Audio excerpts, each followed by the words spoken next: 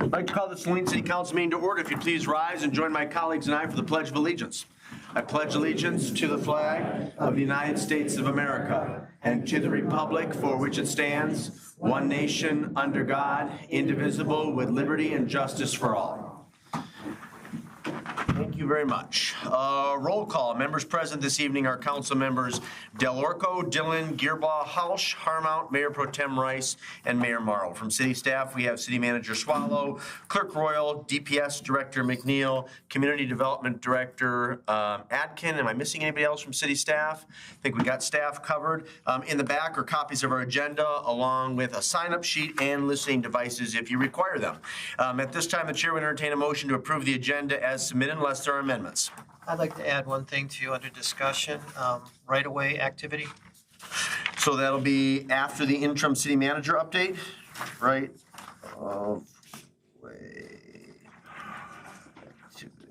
Okay. Would you like to move then to approve the agenda as amended, Councilmember Gearbaugh? Yes, sir. Is there a second? Second. Seconded by Councilmember Dillon. All those in favor of approving the agenda as amended signify by saying aye. Aye. Opposed say nay. Ayes have it. The motion carries unanimously. There are no absences this evening, so we'll proceed to the first of two public comment periods. Under the Open Meetings Act, any person may come forward at this time and ask questions. Comments will be limited to 3 minutes per person. Those wishing to speak are requested, but not required to state their name and address for the record. Please note, City Council will not answer questions during this initial public comment period. Are there any citizen comments this evening on agenda items or any other matter of interest? Please, Mr. Rhodes, come forward. Is it appropriate to comment on the discussion item on the agenda? Yes, sir. We actually changed our rules within the past 6 months, so you can comment on anything at both public comment periods. The first public comment period is no longer limited to enumerated action items. Okay, thank you. Yep, make sure the green light is illuminated at the base of that mic, and you may begin when ready. David Rhodes, 663 Springbrook here in Saline. My comments have to do with the probable ballot issue that's going to come up with respect to the dam and Mill Pond, whether it is saved or whether it is removed. I want to mention that is, if the vote is to remove it, that's irrevocable. You know, you can't bring it back. You can't put it back. If the vote is to repair it, then there are still possibilities of keeping the mill pond. And if it's sometime in the future, things changed enough, then it could be removed if that became the common interest of the citizens. I would also urge that when you prepare the ballot language, that you gather a group of citizens, residents, along with city staff, and of course legal. Understand there needs to be certain legal phrases and words contained in that. But I would encourage you to make it as neutral as it is possible so that when people read it and study about it, they know yes or no.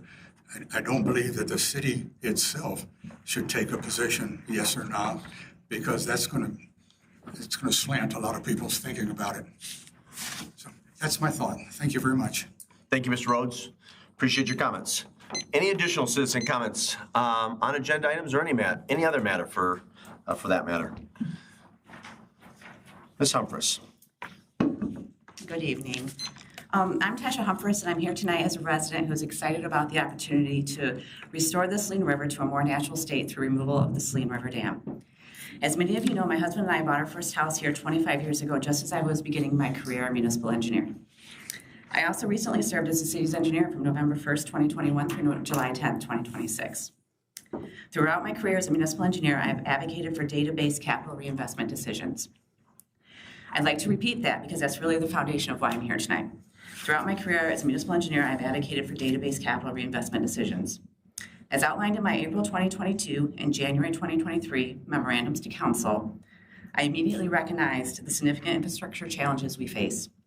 The short story is that Saline owns a long list of aging assets with increasing maintenance needs, which is resulting in more capital needs and available funding.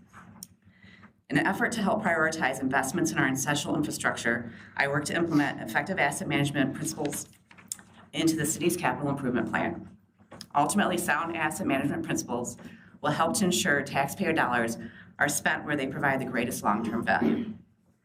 The dam life cycle cost analysis was approached in that same mindset. What does it truly cost to own the dam, maintain it, and continue investing in it over the years? We found that removal is less expensive over the long term. In addition, there are realistic opportunities to obtain grant funding that could significantly reduce the city's upfront costs. Removal would eliminate an aging piece of infrastructure that continues to deteriorate, reduce the city's long-term liability, eliminate the regulatory burden, free up staff resources, and reduce overall flooding. More importantly, during the feasibility study, 63% of public comment received supported dam removal. I encourage council to reread Section M of the feasibility study and the many thoughtful letters submitted in support of river restoration. An Excel summary spreadsheet of public comments received was sent in an email to council on March 17, 2025. Together, these documents provide valuable context for understanding community input. If the question to restore the river or rehabilitate the dam ultimately goes before the public, I ask that voters receive a balanced and complete presentation of the facts, including the continued condition of the existing dam, the long-term cost of continued ownership, the long-term risks of continued ownership, and the opportunity that river restoration presents. Thank you. Thank you, Ms. Humphries. We appreciate your comments this evening. Are there any additional citizen comments? You may come forward whenever you're ready. You have 3 minutes. Why don't you begin? My name is Larry Engelhardt. I lived at 1326 Colony Drive. I've been a homeowner in Saline for 11 years, but I did work here in 1979 and 80, so I've known where Saline is for about 50 years. I'd like to speak in favor of removing the dam to restore the water, the river, to its natural state. In general, communities all over the United States are looking at removal of dams for reestablishing natural waterways and preserving the native fish. Beyond that, economically, as an engineer, I'm trained in cost-benefit analysis. I believe removing the dam would be more cost-effective in the long run for the city of Saline. And then I'm also concerned about the liability. My personal experience is I have an aunt who lives on Sanford Lake, north of Midland, which was wiped out in a big catastrophic flood as a dam failed upstream. She saw her boat launch and frontage washed away. Fortunately, her house was high enough not to be wiped out by that flood.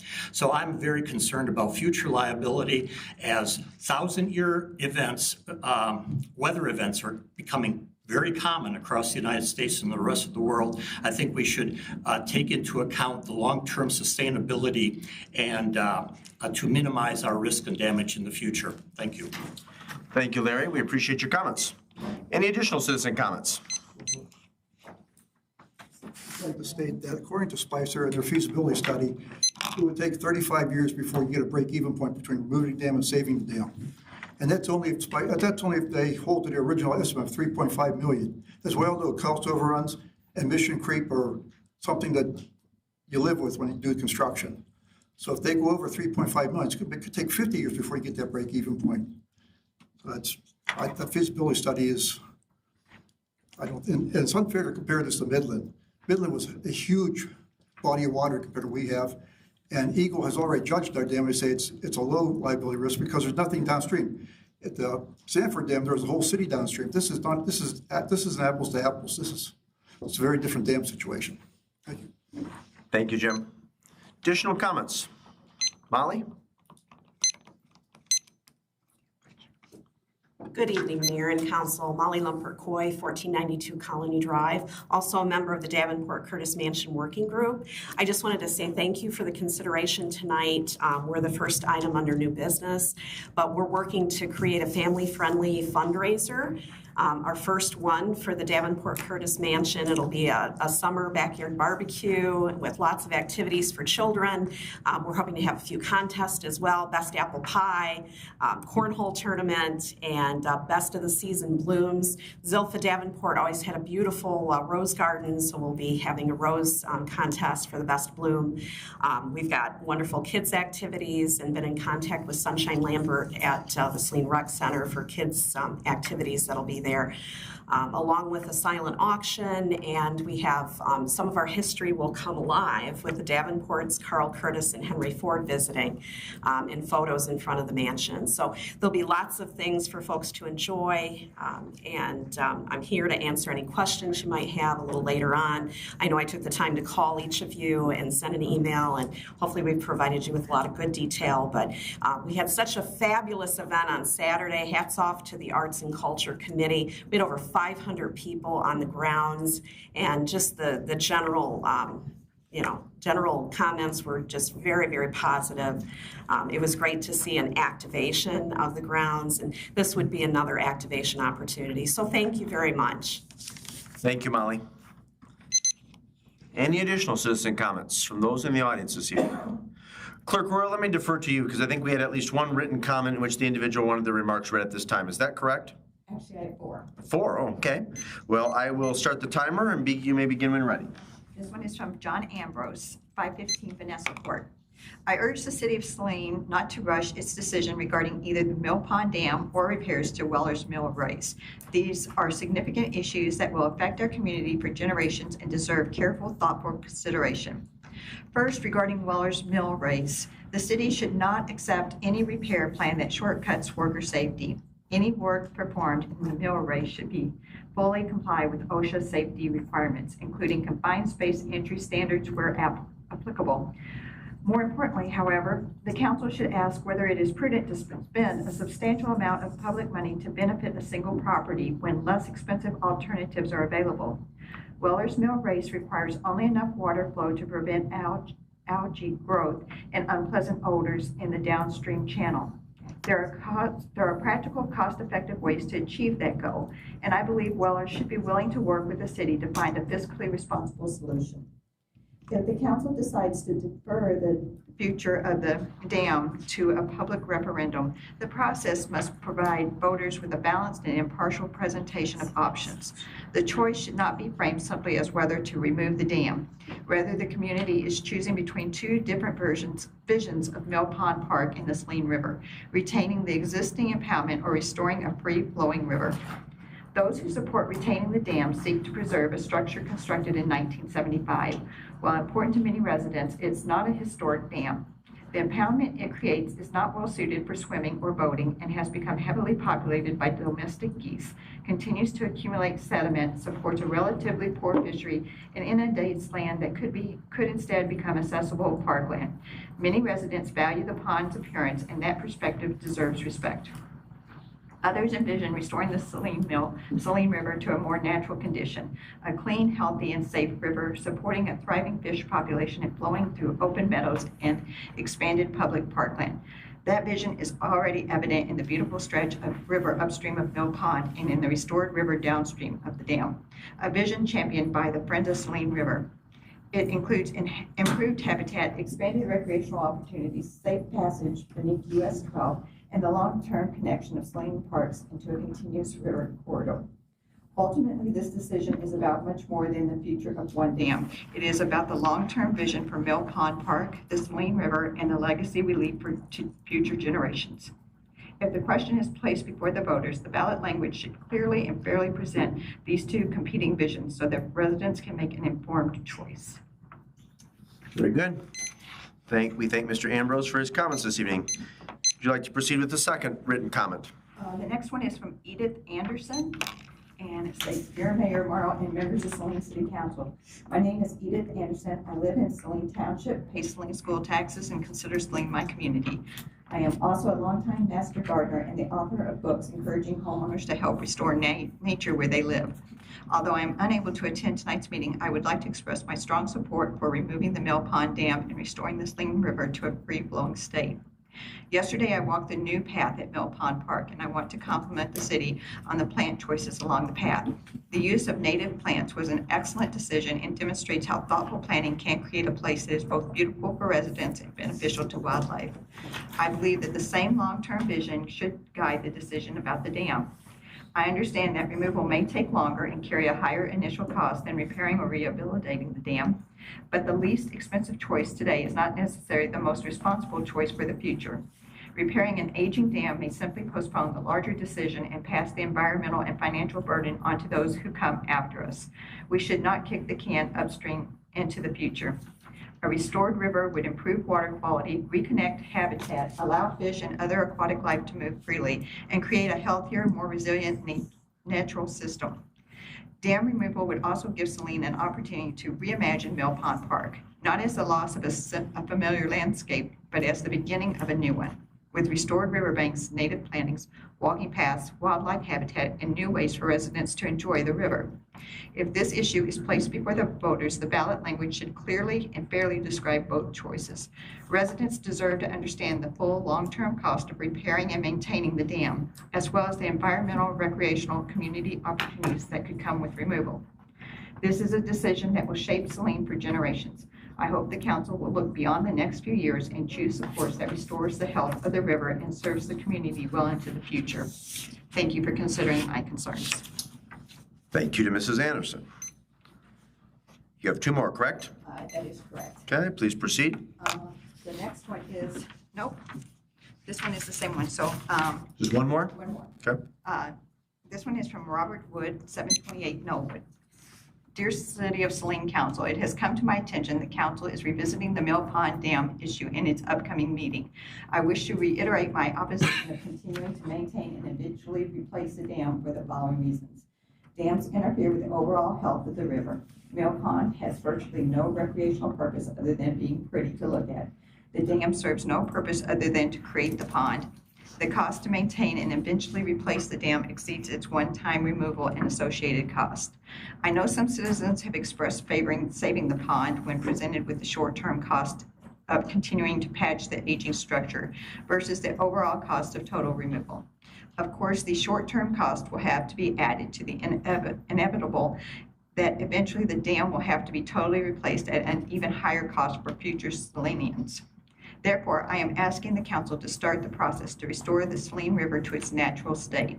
And should the council move to put the issue before voters, put forward an honest assessment of the long-term cost along with funding sources available for said cost. Thank you for your consideration. Very good. We appreciate that comment.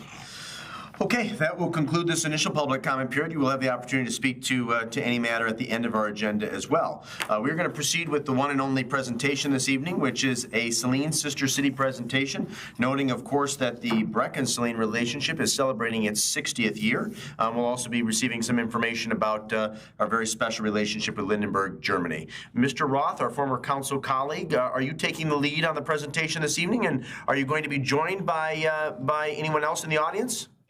Yes, I'm going to be taking the lead, and I need to make some last-minute changes, which is very disappointing. It burst my bubble. But I will be filling in for the sound which we can't produce. Okay. My PowerPoint. I had songs, music, quotations, everything all set. So we'll do our best, and we're going to require your imagination. I cannot sing like the Brecken Choir, nor play music like the people do in Germany. So my apologies, and far as I didn't know this wouldn't work until I showed up here tonight. I went through all precautions thinking that it would work. I showed the presentation to the staff, and no mention that it wasn't going to work. So we're going to punt from here. I will make a presentation, but first of all, I want to thank you. I want to thank Mr. Brian Morrow, city manager. We brought this idea of having a Sister City Week to them, and took up their suggestion. This would be the best week for that, and be able to present to the council. So I'm delighted to be here representing Sister Cities.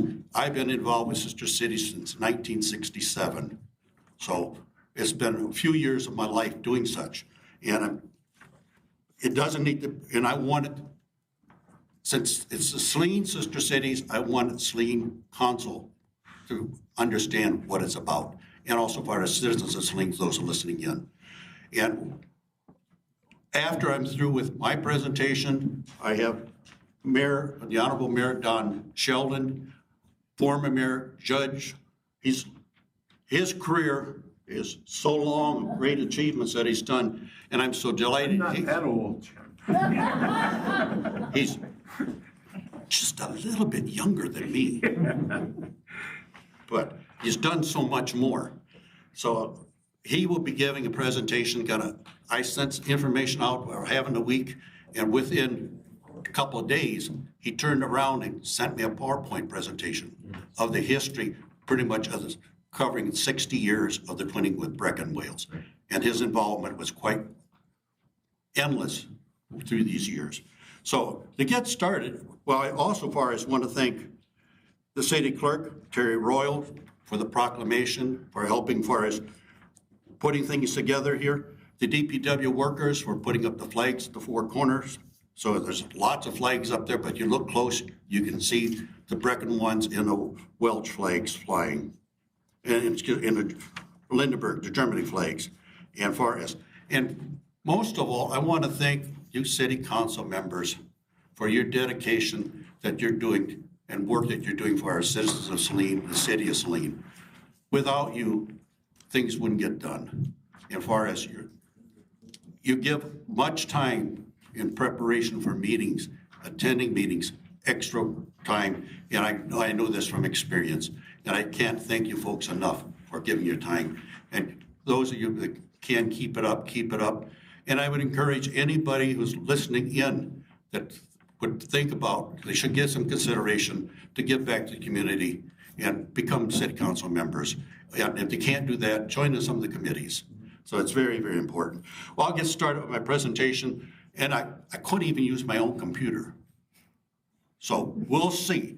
I've seen so many people having problems with presentations, I thought I had it licked, but I got licked. Here we go.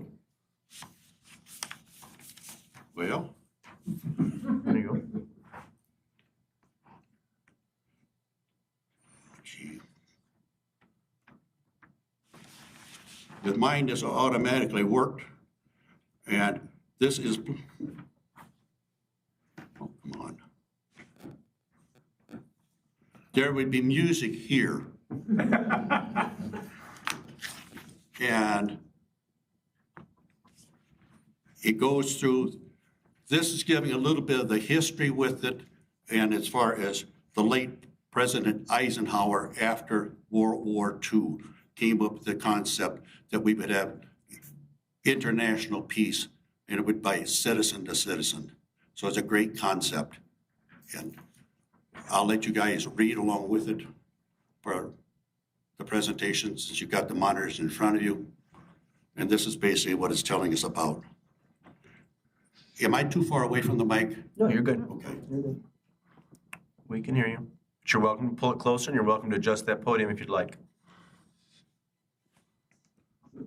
So this is the concept of sister cities, and it's a long-going organization, and I think they're celebrating right now their 70th year.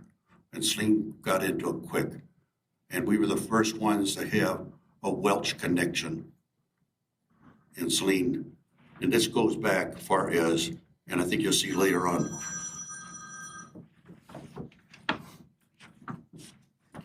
The Saline Brecon Friendship Guild was formed in order to help finance while we're hosting visitors here. So you can see here, this is a video of taking a car ride through the city of Brecon, Wales. And as we're going through, you can see April 18th, 1966, our Mayor Johnson at the time accepted an invitation from Brecon to become a sister city. That time, Brecon was a small little farming town. They actually had a livestock auction right in the middle of the city. And now it's built up for as a big grocery store. So as we drive through, so this is imaginary thing, so there's music along with this. And I think that was the Welch national anthem that was being played with this part. So if you ever heard of it, try to imagine hearing it as we go along. The first exchange happened as far as Musical Youth International and my involvement. I got involved with Music Youth International my second year here in Saline. So I was with them. Brecon Choir was here. We had art exchanges both from Brecon side and the school side. The youth choir from Brecken came over. The big band from Saline went over for a jazz festival. They went over a couple times, did a fantastic thing. And I think Don probably was even part of that big band with it. Saline fiddlers, gymnastics, measure for measure. Don took measure for measure over there and participated with it. We had a soccer club, Saline fiddlers, and we had several visits through the years. About every 5 years, Saline would go over there, and in between, Brecken would come over here. So these are visits. And we had pub nights for raising funds. As you see here, we're traveling down another street, and we change. And probably coming up soon will be, I thought this whole thing would be running pretty much by itself. And that's Arthur Boley in the jailman's outfit. And he was the mayor, and he was also far as knighted, real knighted set up far as through England and Wales. That area there was opened up, and that's where the stockyard was. That sign that just popped up was Mayor Sheldon. They put the first signs for sister cities up for Saline. Now we're going down some other side streets, and the streets are very narrow. Look at the sidewalks, and don't have to worry too much about.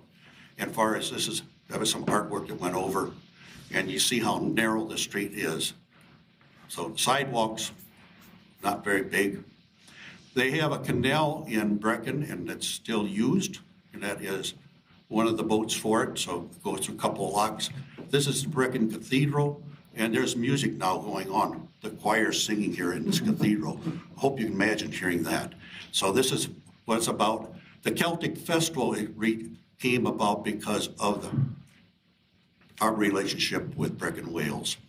And this is some pictures for us inside, so I hope you're enjoying it. The music's really good for the choir.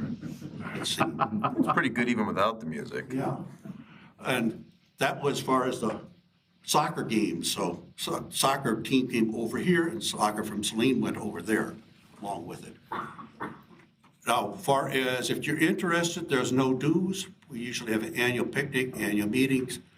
We may have sometime a visit to Wales, and the Welsh may be coming over here, but majority of the people who were involved was Don and my age, and older, and a few younger, and make it that we can't travel too much anymore. So there's who was where they got information for where I got the music and stuff that you missed.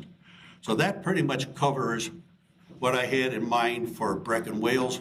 We can answer questions and stuff later. Don's going to do a presentation for us, some of the more detailed history about Brecken. I'm going to see if the next one works.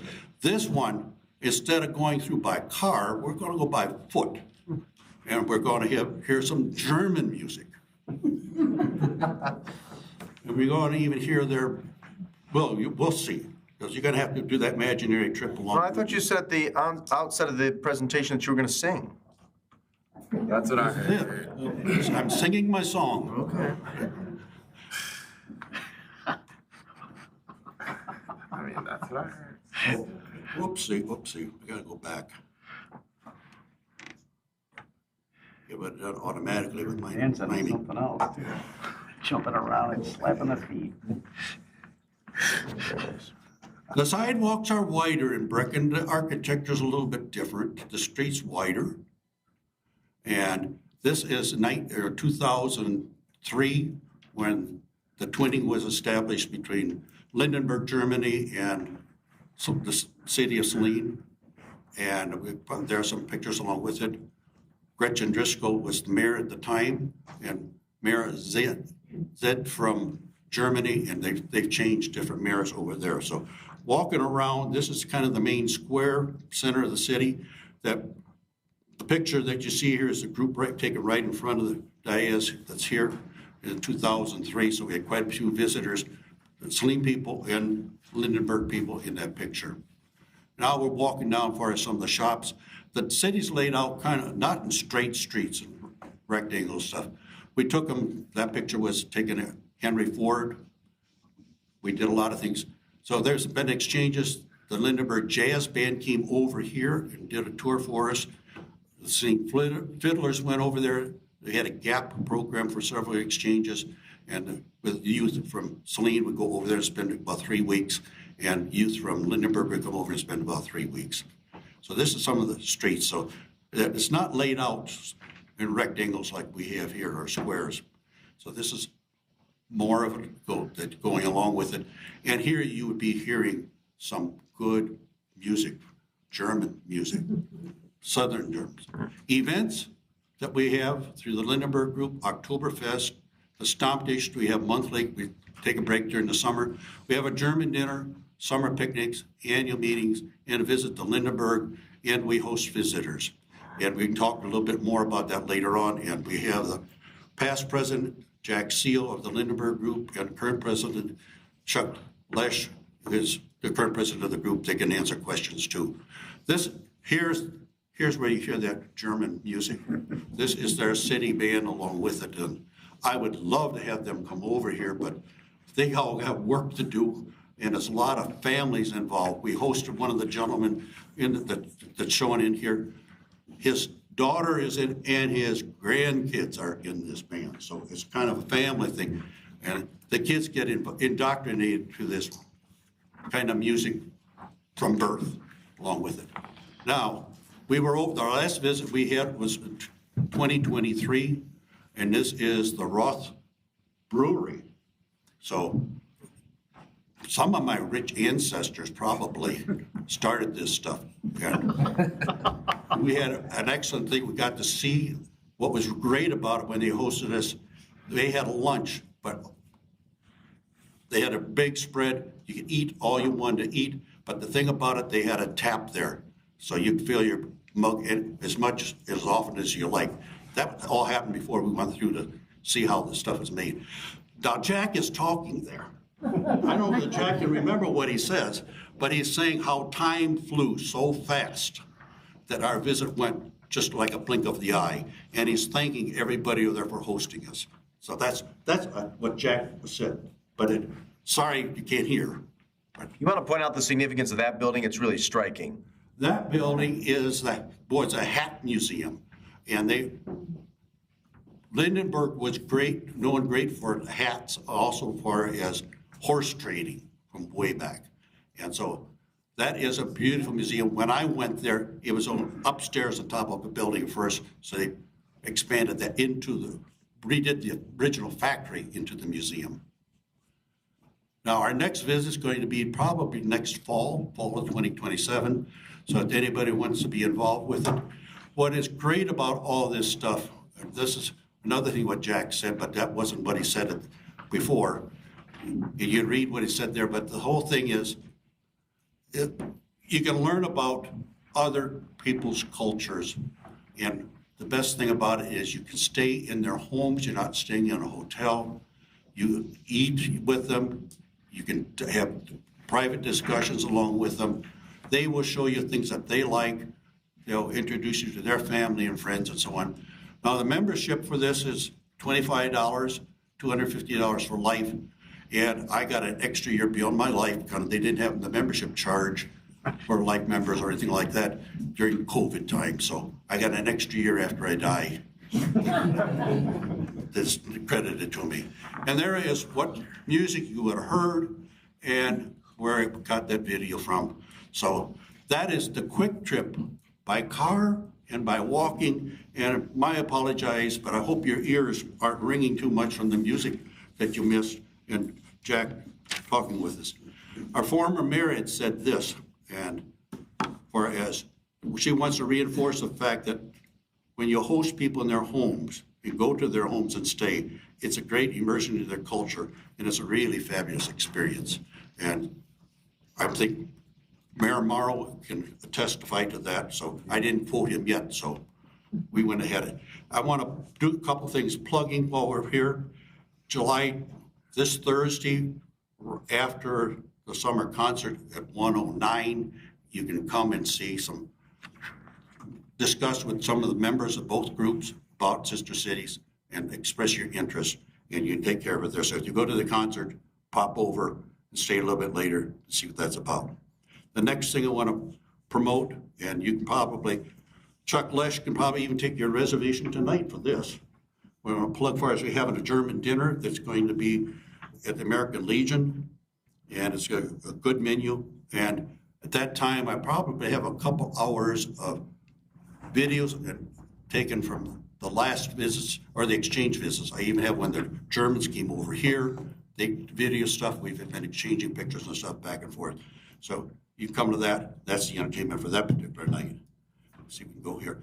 And coming up, September 18th and 19th is Oktoberfest. And we're going to have our traditional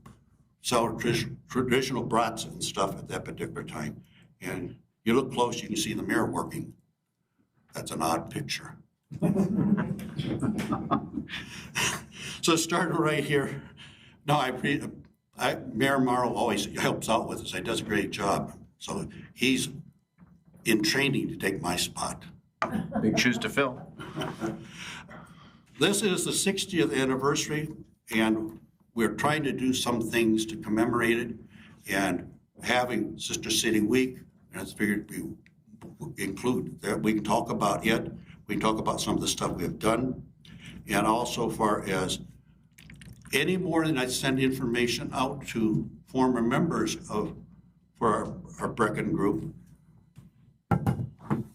Don Sheldon responded with a PowerPoint. He created that overnight, I think.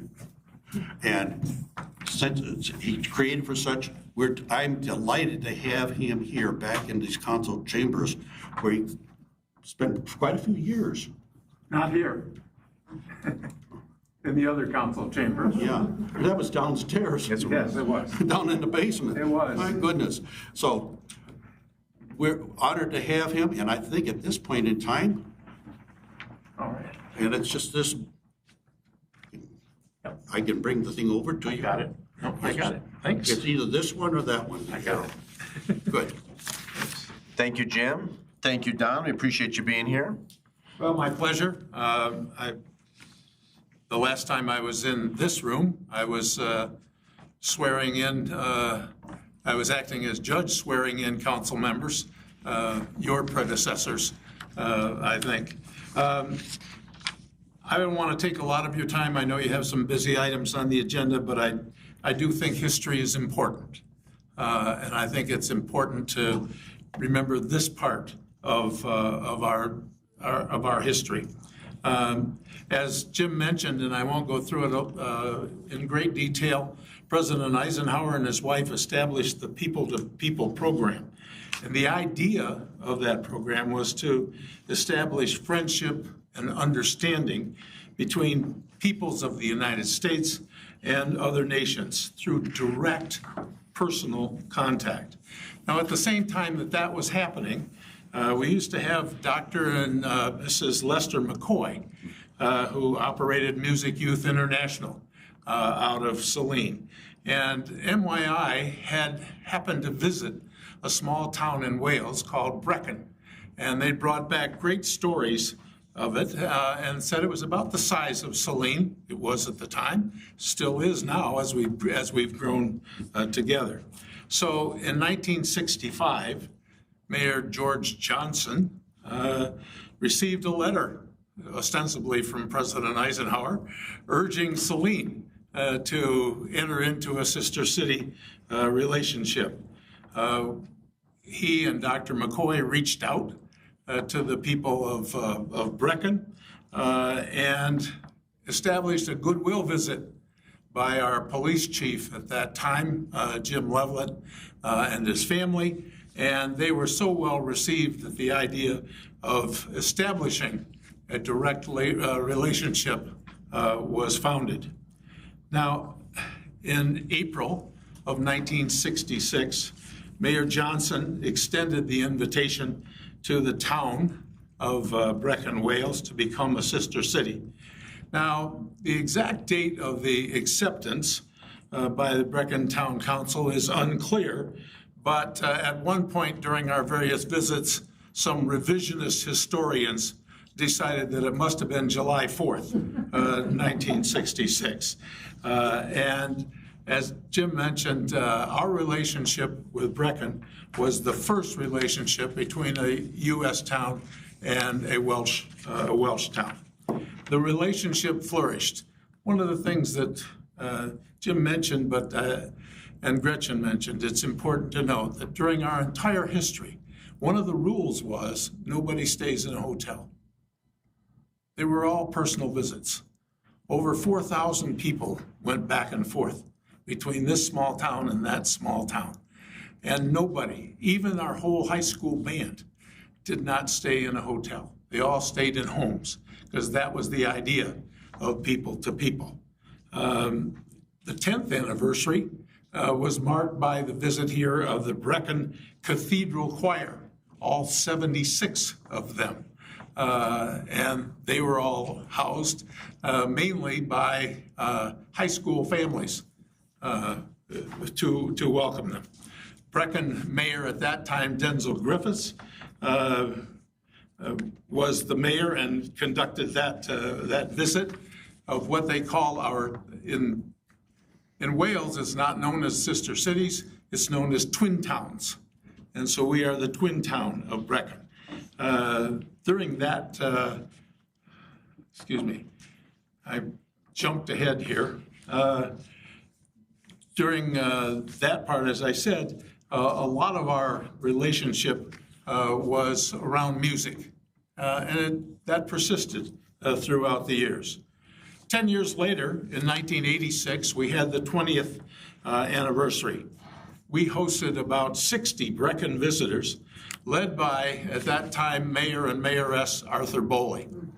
And Mayor Boley became a fixture in our relationship and a close friend. And I will say on a personal note, a close personal friend of my wife and I. The anniversary celebration was followed by a community picnic and a 4th of July parade, not in Ypsilanti, but here in Saline in 1986. For our 25th anniversary in 1991, over 50 people from Brecon made the visit, and the mayor at that time was Pat Little, and the mayor of Brecon was Susan Francis. Just before that time, I will share a short anecdote. When our relationship was first established, I was planning our first visit to Brecon, and our clerk, Connie Strait at the time, was on the phone with the clerk of Brecon. And he said, of course, we expect the mayor to address the town council. He said, nothing major, 40, 45 minutes or so. I said, well, that's not going to happen. And he was joking, but that's established the routine of every time we went there, the mayor was expected to make an address to the town council. The first time was my first experience before a British government agency, and they let you know right away what they think of what you're saying. And if they agree with what you're saying, you'll hear a chorus of hear, hear, hear, hear. And if they don't, they'll let you know about that too. And they pound their feet and boo. Well, I got into that, and I decided that during one of the subsequent visits, I was going to be a smart aleck. And so for the last 2 minutes of my talk to the council, I prearranged to do it in Welsh. And so I had a friend there phonetically translate what I was going to say, and he sent it back to me on a tape recorder, and I practiced it. And so I proudly went, and at the end of my talk, the last 2 minutes I did in Welsh. And it was a resounding success, and I thought, boy, I was really smart. Unfortunately, the next day, the local newspaper had a picture of me on the front page, and the caption said, Saline's Welsh-speaking mayor. During the rest of the visit, I'd walk down the street, and people would talk to me in Welsh. And the only thing I knew to say was Diolch, which is thank you. I figured they probably were saying, you're a fool. And I said, thank you very much. But I have visited with my family and alone Brecon 7 times during our relationship and formed just the kind of personal, not government, personal relationships that President Eisenhower envisioned. In that 25th anniversary, my wife and I hosted a large picnic at our house, and over 250 people attended. And we had clogging and demonstrations. And at the end of toward the end of the picnic, a tornado came and wiped out the tent, sent everybody scurrying back. And frankly, many of the people were staying in the townships, and they had no power and no water for 3 days. Needless to say, by the time our farewell ceremony came, it was a distinctly odorous affair. But part of what we have forged as part of our history with those folks. In 1996, we celebrated our 30th anniversary. We had 48 folks from Brecon, and that marked the first annual Celtic Festival, which was really started as part of our relationship with Brecon. Over 6,000 people attended that first festival, and it began with a parade led by Arthur Bowley as its marshal. In 1996, we also dedicated the Bowley Bridge, which is on the Saline River, and that was marked by a dedication to Arthur, and part of it was we took a bottle of Welsh water and a bottle of Saline water and poured them together symbolically into the Saline River. The bridge has subsequently been updated, but the Bowley name and the Bowley dedication are preserved. In 1998, Mayor Coos at that time, Rick Coos, took 32 of our citizens to Brecon for an anniversary visit. And at that time, Mayor Susan Francis, now deceased, was the mayor of Brecon.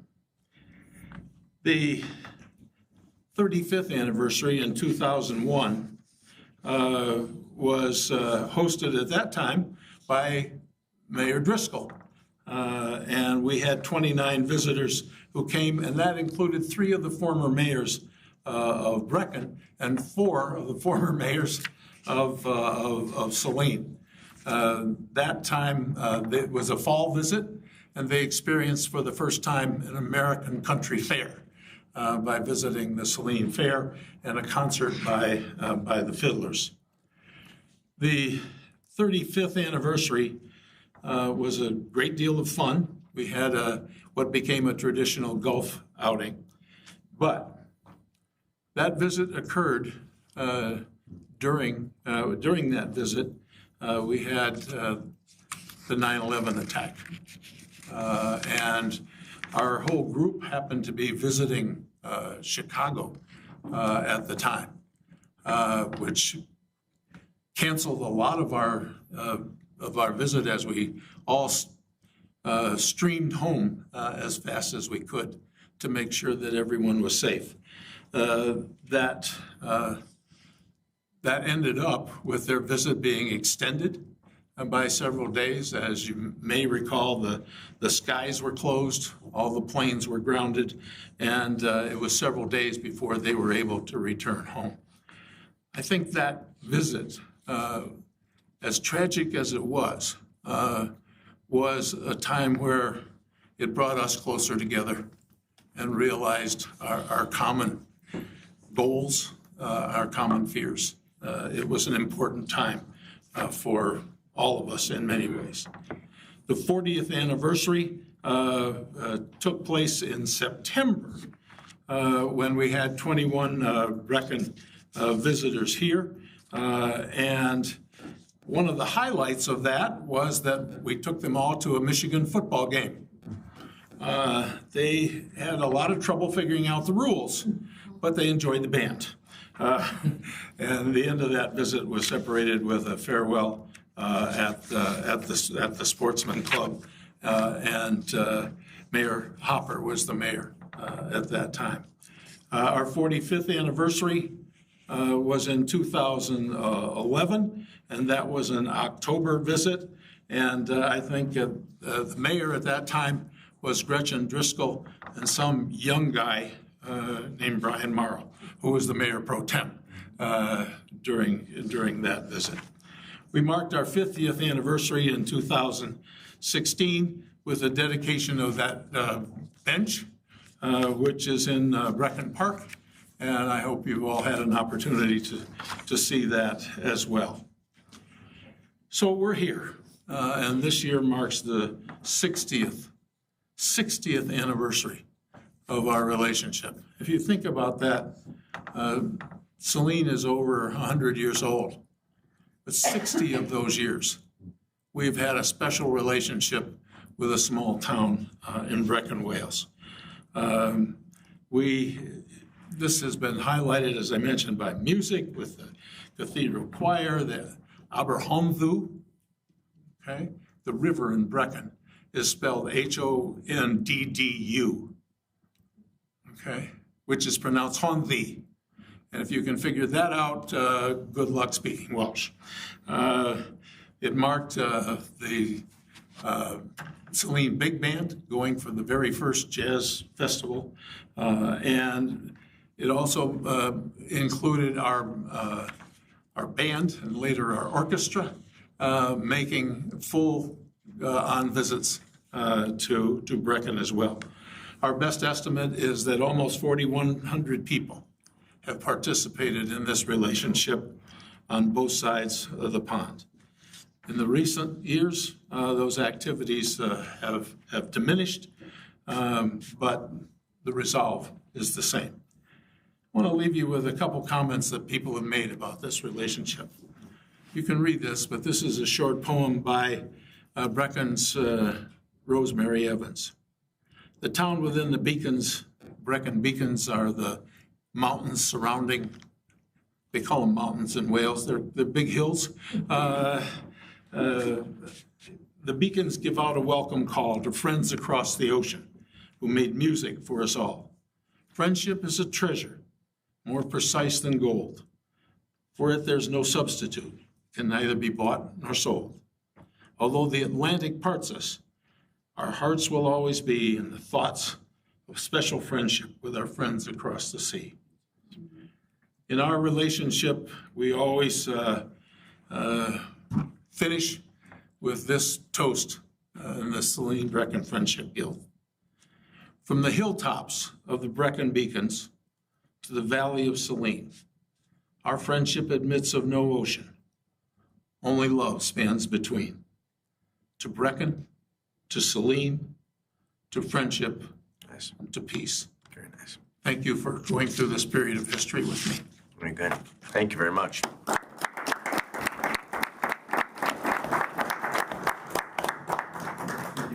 Yeah, Don, Jim, that was excellent. Very thoughtful, very thorough. I can't thank Don enough. After he sent me that slide presentation, I tried to get in contact with him for probably the last month. Tonight, I finally did it. I thought for sure of the worst that's happened to Don all along. But he was out having fun with grandkids. And here I thought, I'm so delighted he's here and can share this. Don has done so much for our sister cities over with, as he just explained to it.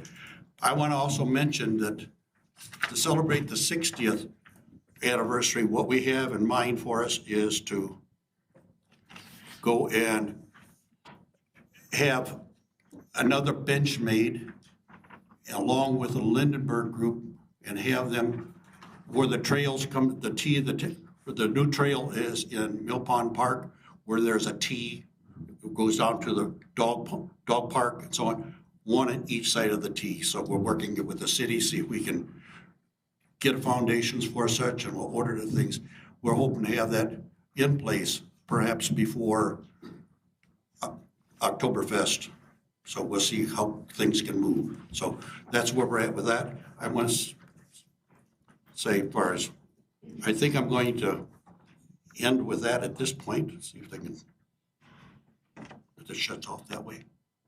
Yeah. Perfect. Good. Perfect. I hope that you enjoyed the music and sound.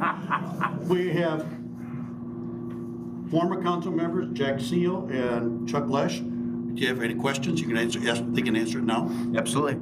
Let's open it. Again, I want to thank Don and Jim for the excellent presentation. Our relationship with Brecken is very special, and I'm hopeful that it endures for many years to come. If I can share a personal memory from our visit in 2019, one thing that impressed me with Brecken Wales, which is, again, as Don indicated, comparable in size to Saline.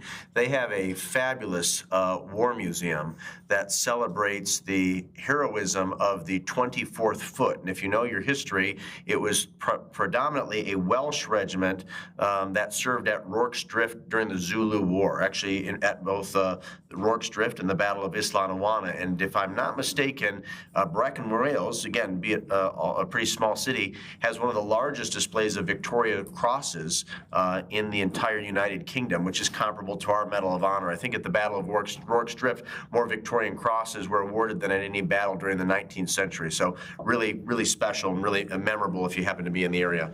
Gentlemen, anything you'd like to add? I guess the only two things I'd like to say is that we're making another trip over to Lindenberg, Germany next year, probably in the fall. We still haven't filled up all the spots that are available, so if there's anybody who's willing to go, the only cost to you is the cost of your plane ticket over and back. You get to stay in a home there and get to learn a little bit of German. The one good thing I'll say is the German word for beer is beer.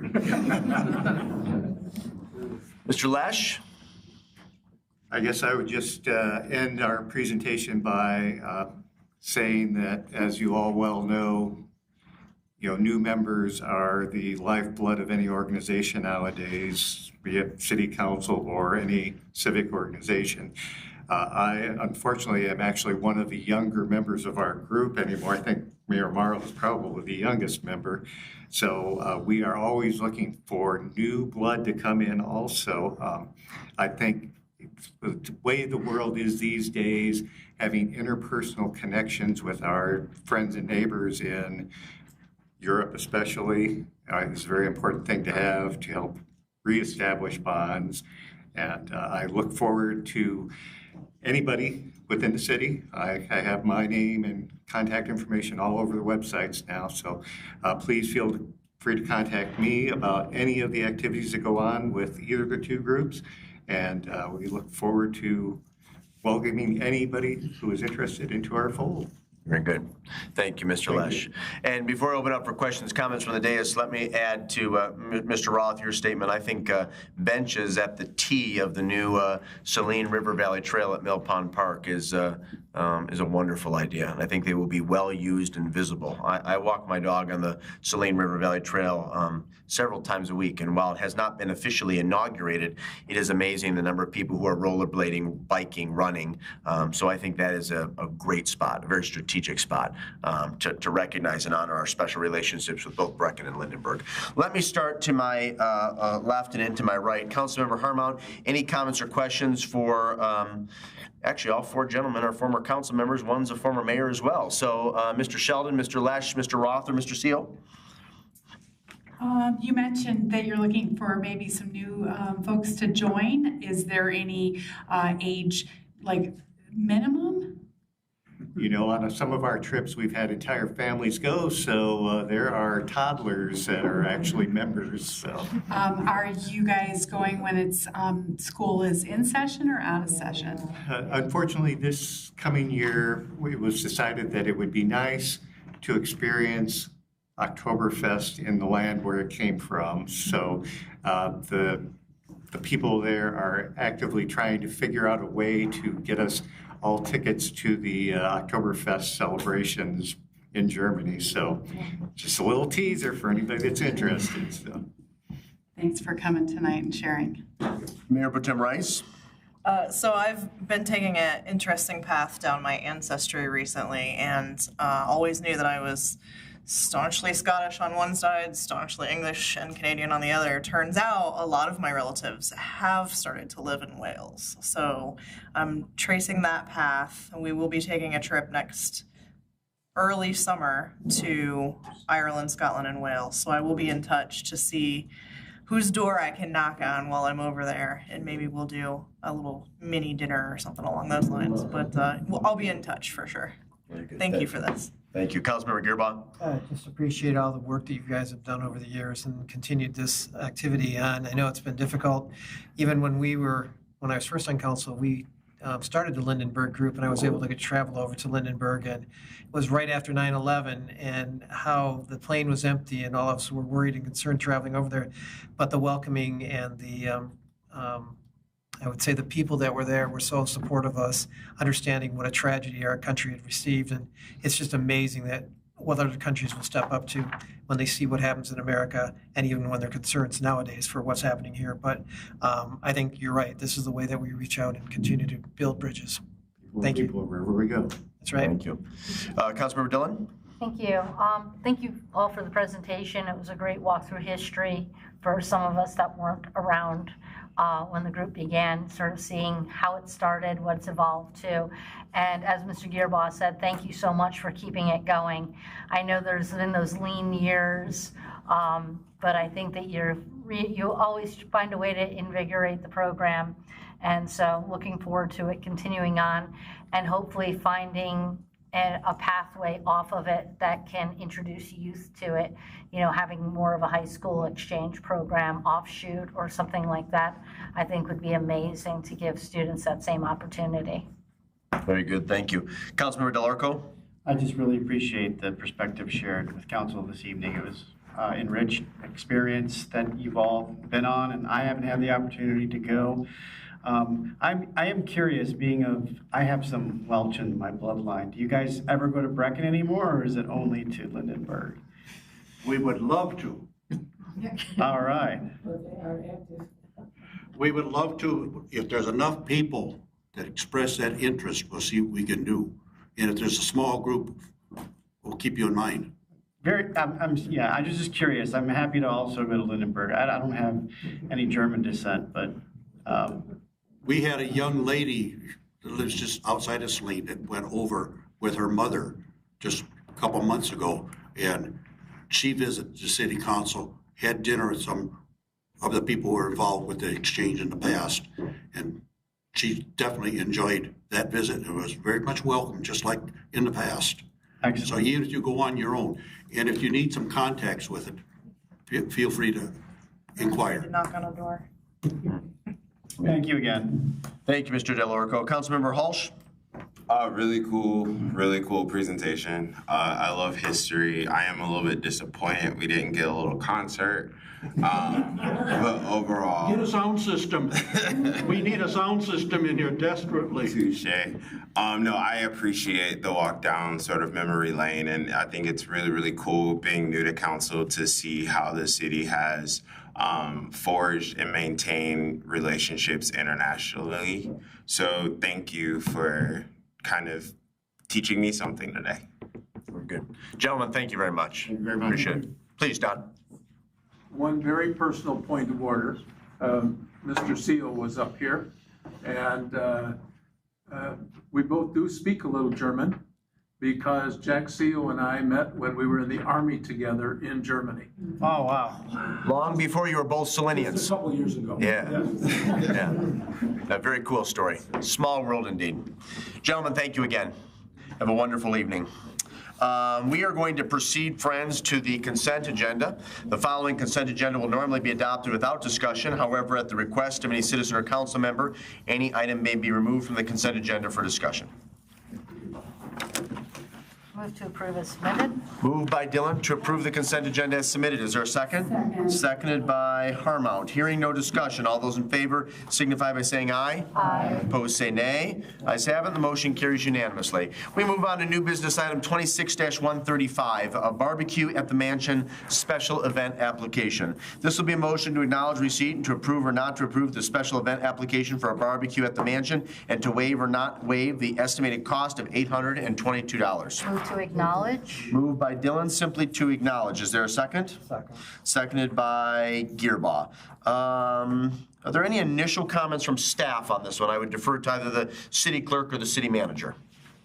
Thank you, Mayor and Council. I think thank you to Ms. Lumber-Coy, who obviously provided an introduction to the event. There's a lot of detail in the packet relative to the layout, relative to the schedule, and so a very detailed application. Appreciate that, but certainly take any questions from like a staff perspective that you may have. Very good. I'd invite Molly Lumper-Coy forward, and Rebecca Schneider, if you'd also like to come forward as the chair of the Davenport Curtis House Working Group, we would welcome that.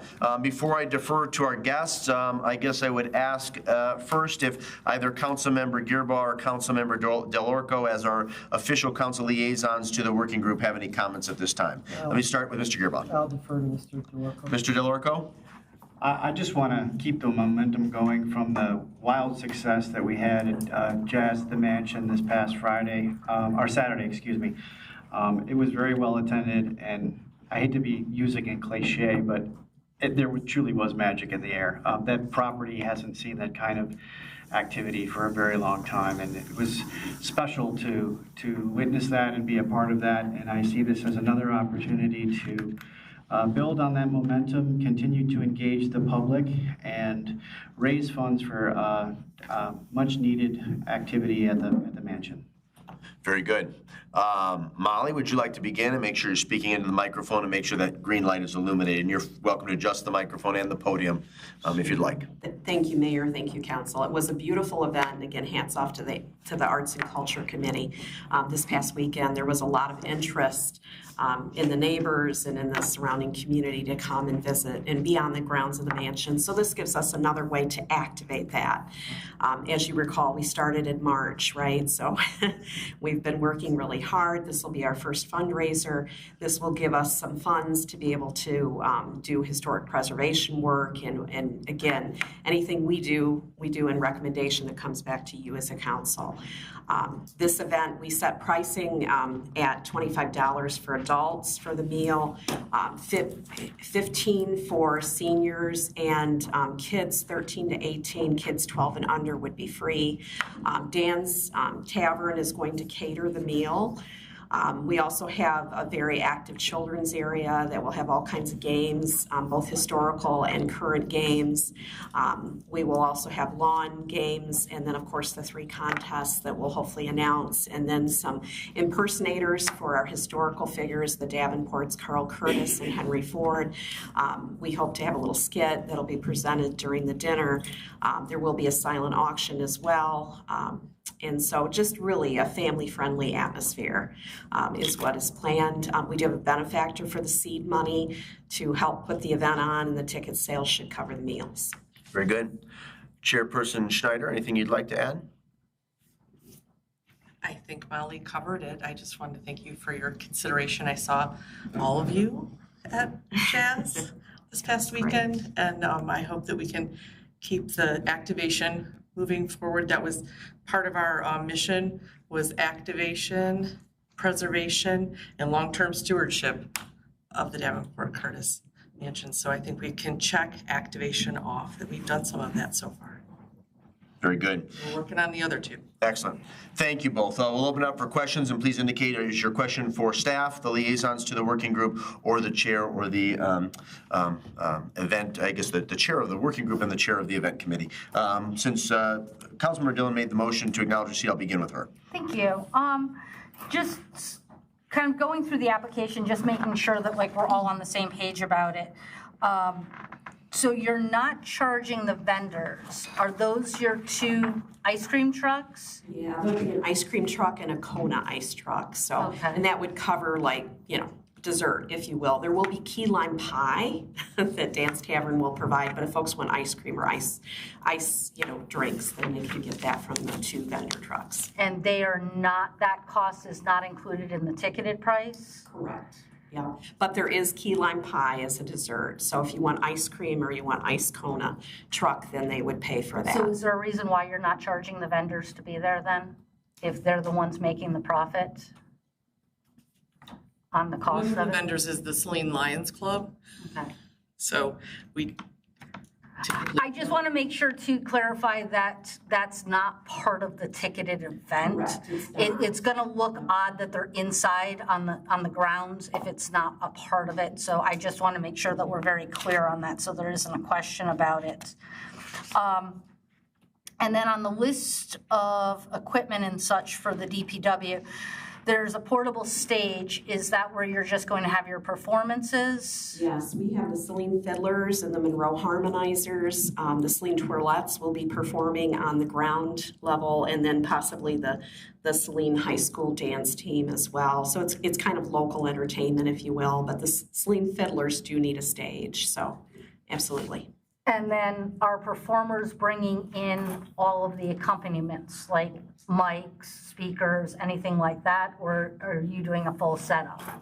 They will be bringing in They'll bring in their own equipment, okay. There was, just kind of understanding, there was a check for fencing. So are you putting up additional fencing? I think we're required to have some snow fencing around like the area of the tent itself, because if we do serve alcohol, right, you have the waiver for serving alcohol, it would be beer, wine, and a historical cocktail of that period. So again, we will have wristbands, right, and we're limiting the check-in location as well, so they would have to, use their identification to get a wristband. Okay, and so kind of stepping back into how this is going to work. So you have to have a ticket to enter the property, Correct. not just to eat, correct? Or well, you can come to the property and not partake in the meal, right? But you okay, that's what I guess I want to understand. So this is an event that is open to the public. Correct. So you only are paying $25 if you are eating the meal. Correct. Yeah. Okay, that makes a big difference. And are you going to have a limited number of tickets for the meal? Well, we figure we could take between 100 to 200 or more. We'll monitor that. The tickets are going to be available through Saline Main Street online, so they have that function that they can perform and track the interest level. So again, for a first-time event, we thought between 100 to 200 made a lot of sense. Okay, and then I'll go back to that. So kind of going back, I just want to hit upon a couple of things while I've got your time. It talked about the silent auction being in the carriage house. Is that structure ADA compliant? It is. It's flat land, right? It's flat from the driveway into the carriage house. Okay. And we will put up some pipe and draping to cover the area, but it's just going to be tables, about 20 different items for the silent auction. Okay. And then you mentioned something about purchasing a commemorative pin. Yes, we actually are going to take the logo that was created. Robert did a fabulous job with the logo. It's got the circle and the name around it, and our goal was to have pins available with that logo that we could sell and be another revenue opportunity. Okay. And then I just wanted to, the parking issue, I know looking at sort of some of the emails that were going around, that was probably the one tiny snafu with the jazz thing, there was a little bit of parking issues with using that lot behind Dairy Queen where some people were blocking in others. So I want to just be mindful of that. Yeah, we're going to closely monitor the ticket sales. If we find out that we have, closer to 200, then we can also add the additional areas like City Hall or the Saline Middle School and the church. So we can do that and add a shuttling component. But right now, I mean, there should be ample with the CVS Dairy Queen parking, so. Okay, and then how will you're saying that Main Street has ticket sales, like how would you sign up for the contests? or things like that? You will have a contest component that'll be on that QR code or the link on the Saline Main Street site. And our plan is to reach out to the fair because they have a critical mass of folks that are homemakers and enjoy entering for different food events there as well. We have the Thistle Club, the Garden Club that we'll be reaching out to. So, you know, and then work with the schools. I've already talked to Dr. Kowalski about, you know, outreach on cornhole. You know, there's youth groups that enjoy that as well as adults. So we've got some pathways to ignite activation. Okay, and people would not need to buy a ticket in order to participate in those contests? Okay, great. I just want to touch really quickly, I'll just open the door to it, about the whole concept of having alcohol at this event. You're toting it as a family-friendly event. I mean, is it necessary to have alcohol? Is that a revenue generator for the event, or is it just an add-on benefit for those in attendance? Well, I think it's twofold, right? I mean, it's an add-on benefit for those in attendance, but it will be a cash bar. Right. So, yeah. But are you keeping the revenue? Are you making a profit off of the liquor sales, or is that just going to the third party that's providing the liquor? I don't know what you negotiated with Dan. Yeah. So Mary's not here tonight. Mary's not feeling well, and so she's been in touch with the caterer on that. So, you know, right now I would just say it's more of an added benefit for those that are attending. I just a lot of money. Our money for fundraising will come out of sponsorships for the event. So okay. So I mean, that's one thing that I really do. I don't think that we need to have alcohol served at a family event. It's a picnic. It's very reminiscent of the one-room schoolhouse ice cream social concept, and I think that it's not necessary to do it. I think it just adds more liability to the city aspect of it. It's city property, and I think for out of the gate, I think that if we could hold off on that would be my opinion, and sort of get the event under our belt and then sort of build on it maybe in future events would be my ask. And let me just mention, we do have alcohol at Oktoberfest, and there's been other community park events. Right, but that's under somebody else's purview. It's not, it's under the Saline Main Street purview. Whose purview is Summerfest under? In the park. Thank you, Councilmember Dillon. Additional questions, Councilmember Gearbaugh? Just a couple. Regarding the parking at CVS, I think the issue there was more being able to make sure that traffic flows in and out of there. So that was a concern, as we know, people were blocked in there. I don't know if it was causing a problem for DQ, so maybe laying it out or whatever would be better in the event that we do use the property. So I kind of agree on that. Just for me, with the alcohol concern, you said it'd be fencing. Is it going to be, everything will be within the fenced area and no alcohol will be outside of that fenced area? That is correct. That's what I want to clarify. And then we'll have security or somebody will be checking to make sure it comes in and out. Absolutely. We will have a table for check-in, ID, wristband. That's all. Thank you. And then this is for staff. I'm just trying to understand the $752 for DPW costs. What does that detail? I just saw $752 and I didn't see the. There was some work to set up on the site. I'm trying to remember what else Priscilla had identified. The fencing. Fencing, yeah. DPW time, not overtime, but just regular time, and the probably barricades. That was helpful. Like, thank you that it's not overtime. Okay, appreciate it. Councilmember Halsch? Yeah, so a couple things. The first thing is I would have to agree with Councilmember Dillon in the sense of is alcohol necessary, but I think for very different reasons.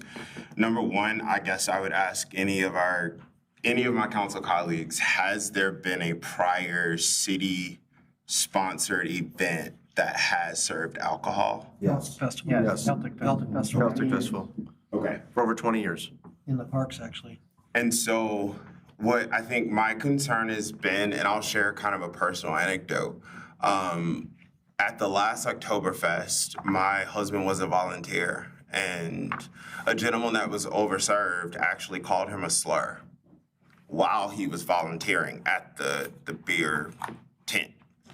I understand the need for, I don't want to say I understand the need for alcohol. I understand how alcohol will elevate this event.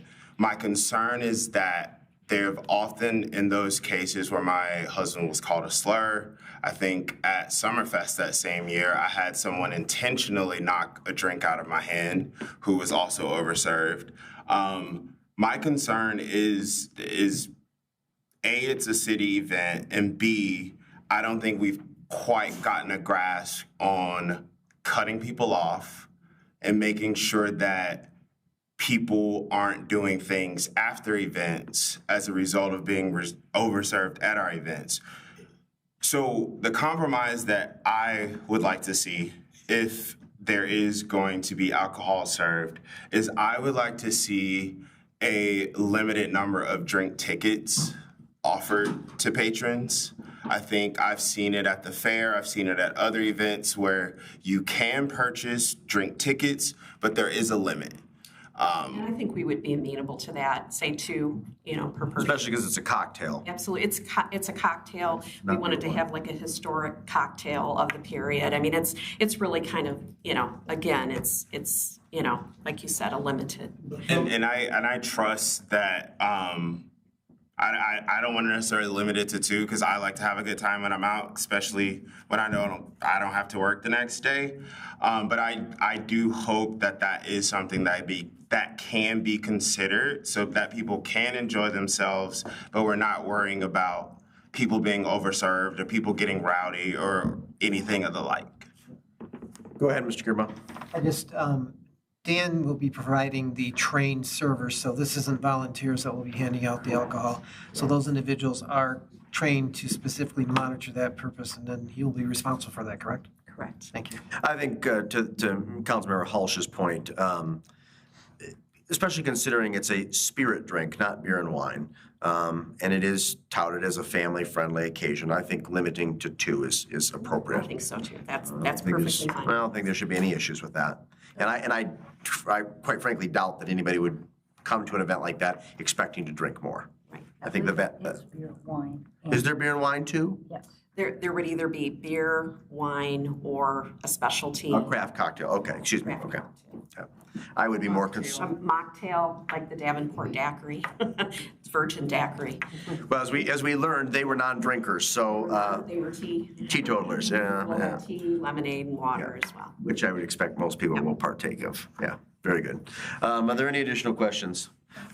I'm sorry, Councilmember Harmount. Yes, along those lines, maybe there's a way you could have the alcoholic tickets versus the so they have to purchase it with the package of the food, so there wouldn't be a chance to double purchase tickets or whatever. I just have a question for the city manager. So does this event meet our waiver criteria? Waiver for the costs? Yes. That's really at council's discretion, but yes, I mean, it's non-overtime related to the DPW work, so yes, it would meet our waiver criteria. For the city to waive the costs? Yes. Okay. Are we sure that have we reviewed everything for the permissions and the insurance and security measures that make sure that they're sufficient from the plan?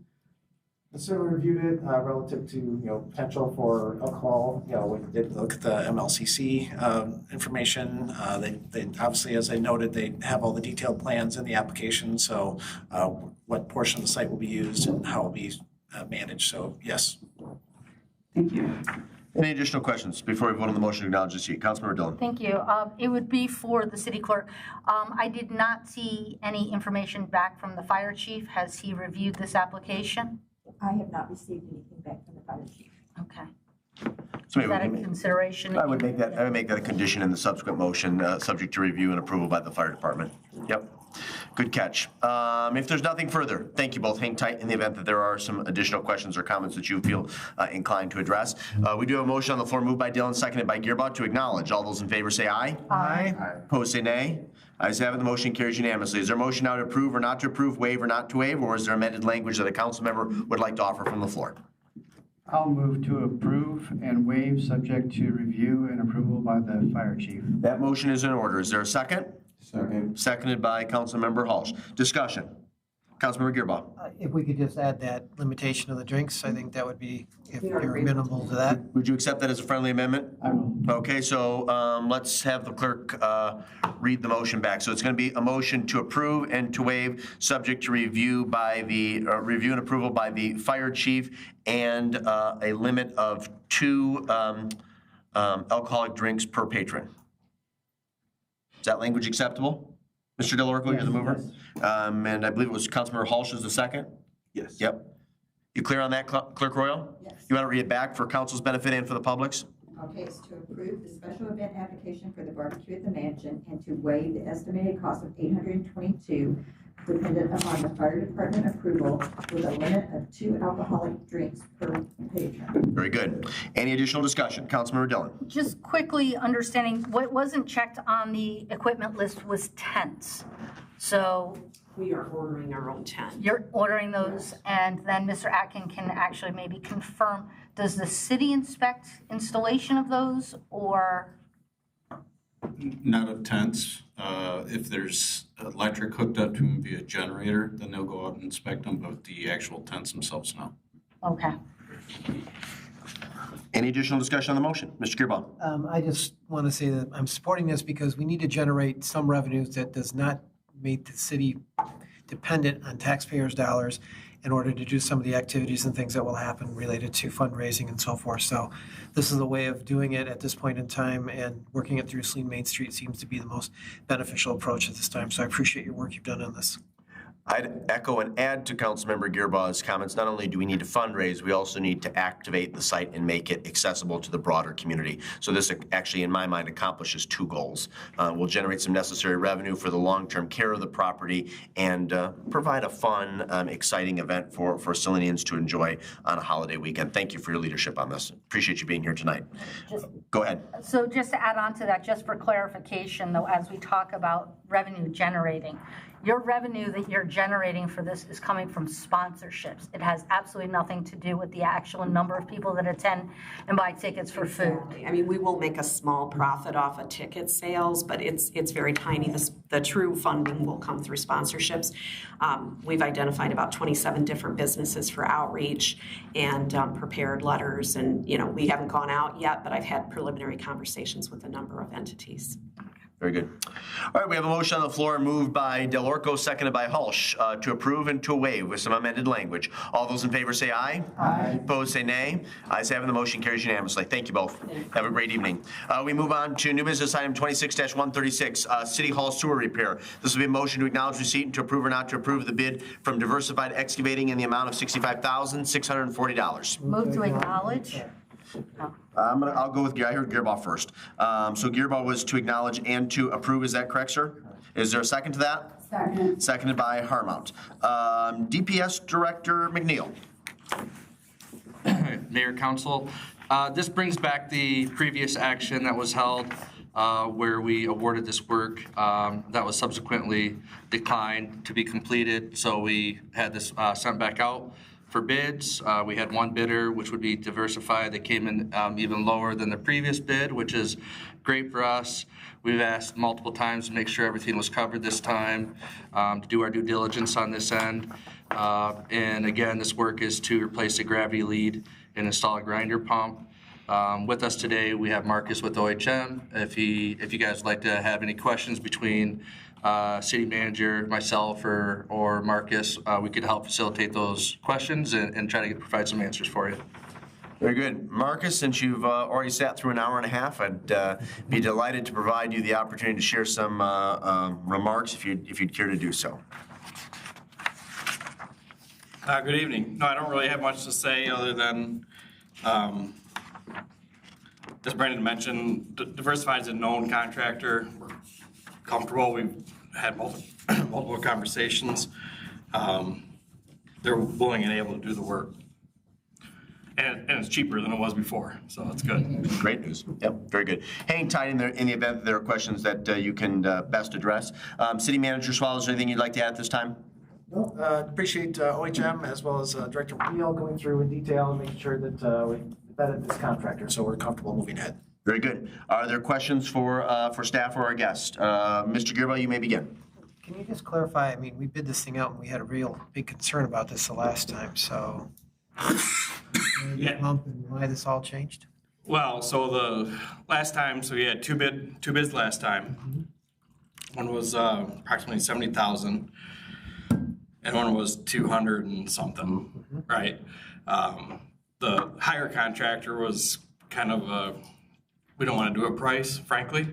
So we thought this job was going to be in the $70,000 range from the beginning. The contractor that won it previously backed away. So we went through the process. We had the pre-construction meeting, and when they had the contracts and actually had to sign the dotted line, they stepped back. So they did provide the bid bond back to the city, $3,700. That was their penance essentially for walking away from the project after it was awarded by council. So this particular case, Diversified is about $5,000 under the original bid, and you have the $3,700 that you got back from the original bidder. So you're actually about $8,000 to the good.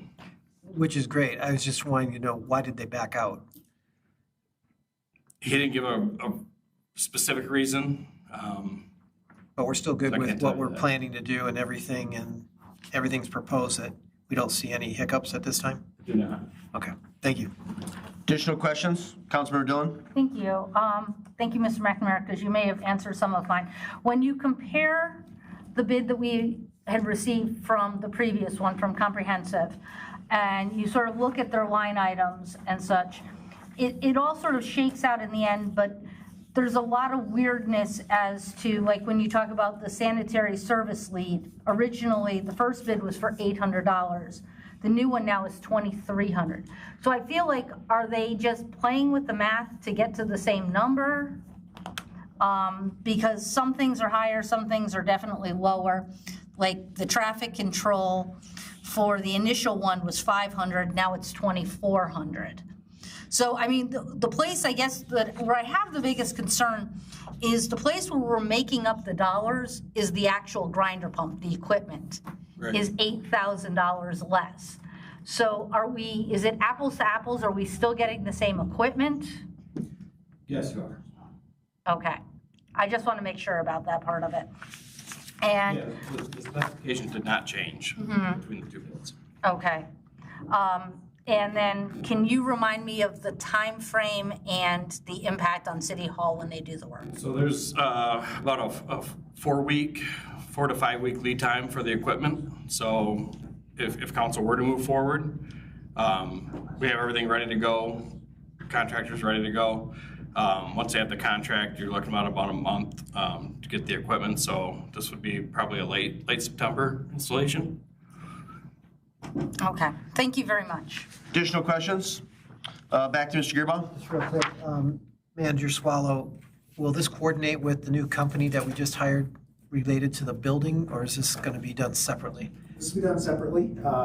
Obviously, we've hired another project manager to work on the steps and the mechanical equipment and some of the other miscellaneous City Hall items, but they'll not coincide necessarily. So who will have the lead? Is it Brandon, or what happens in the building? Yes, we'll coordinate that to City Hall as well. I'm sure all the offices are informed. And just trying to understand, I know these projects, and with your transition, who's going to be handling all this? The good thing is, in terms of the areas they're operating, they should not conflict. Thank you.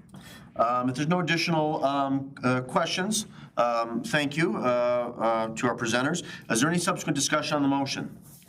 Appears to be none. There's a motion on the floor moved by Gearboss, seconded by Harmont to acknowledge and to approve. All those in favor say aye. Aye. Opposed say nay. Ayes have it. The motion carries unanimously. We move on to new business item 26-137, OHM Engineering Department Services. This will be a motion to acknowledge receipt and to approve or not to approve the OHM Engineering Department Assistance Services in the amount not to exceed $72,800. Move to acknowledge. Moved by Dillon, simply to acknowledge. Is there a second? Second. Seconded by Gearboss. I'll get you on the next one, Councilmember Delarico. Mr. McNeil, again, would you like to begin? Yes, Mayor Council, this is a subsequent ask to the previous ask that we had at the last council meeting for $64,000 to provide 16 hours a week for support duties that were ongoing even previously under the previous city engineer. Those were more of the tasks that the city engineer would bring forth to OHM personnel and have these support duties taken care of. What we're proposing this time is 16 hours per week to be more of the actual city engineer for us on an interim basis until we can hire a subsequent city engineer or project manager. So specifically, the tasks that would be related to this job would be project management, project coordination, leading us through guidance of myself, Ryan, on GIS updates and GIS needs. I have Marcus here, of course, and then city manager also for any questions. Very good. Thank you, DPS Director. City Manager Swallow, anything you'd like to add? No, I think obviously this is designed to be somewhat of a stopgap, if you will, until we complete the recruitment process for the city engineer position. So it covers us through the end of the calendar year. So there's then, we anticipate by that time we'll have made a decision or hopefully brought on a city engineer at that point. Very good. And to our guest, anything you'd like to add before I open it up for questions? I guess the only thing I would say is this is an hourly not to exceed, so this would be as directed from city staff. That's the maximum. If we're not needed that much, then we wouldn't work that much. So really, it's going to be really just supporting the engineering department and the DPW, as you mentioned, a kind of a stopgap just until you guys can get a permanent solution in place. Absolutely. Very good. Questions from the dais. I'll begin with the mover, Councilmember Dillon, and then I'll jump to Mr. Delarico. Thank you. I had mentioned this earlier to the city manager. One of the things in the memo is talking about OHM representing the city at the Watts Committee. Earlier this evening, we appointed Mr. Marion as our representative to that. Are we having dual representation? At this point, with Ryan being officially approved, we'll just have Ryan attend. Okay.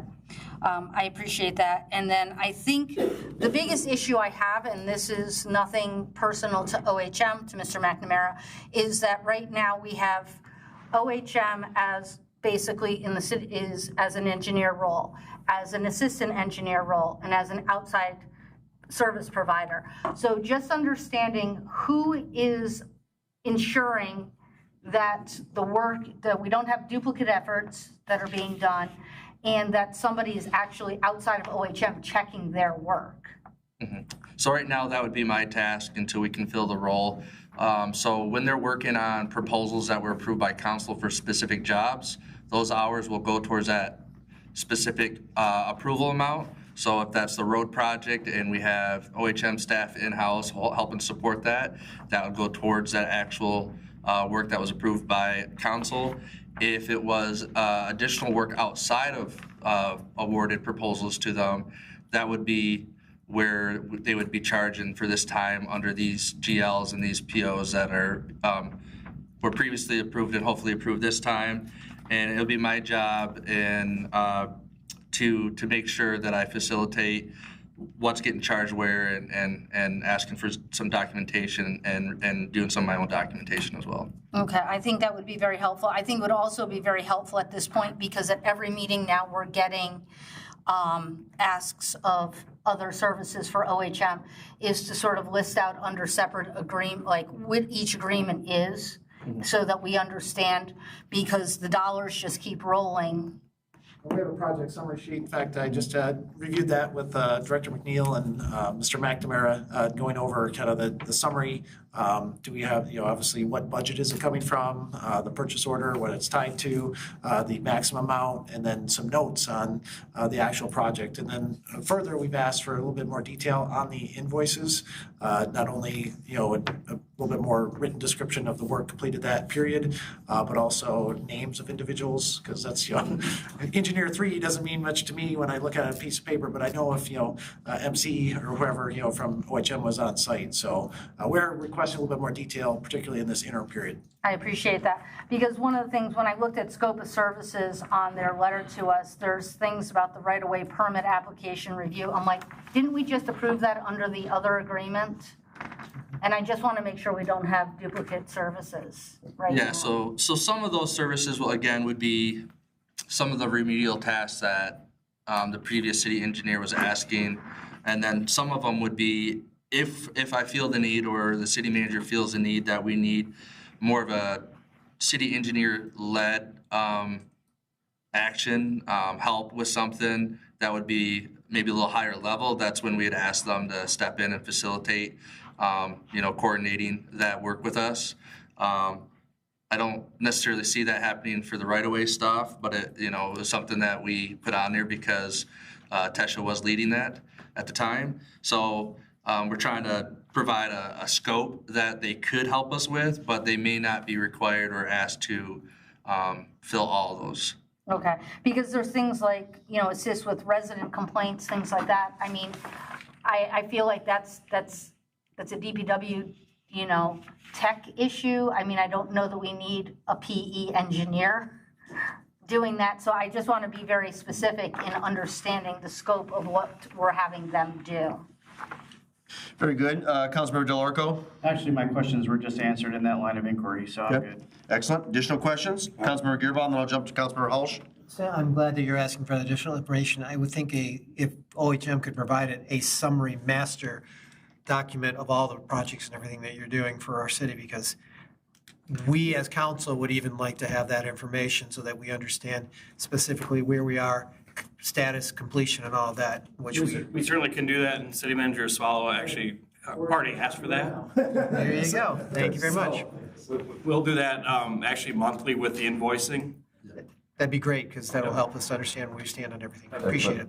Councilmember Hulsh? I guess my question would be for City Manager Swallow.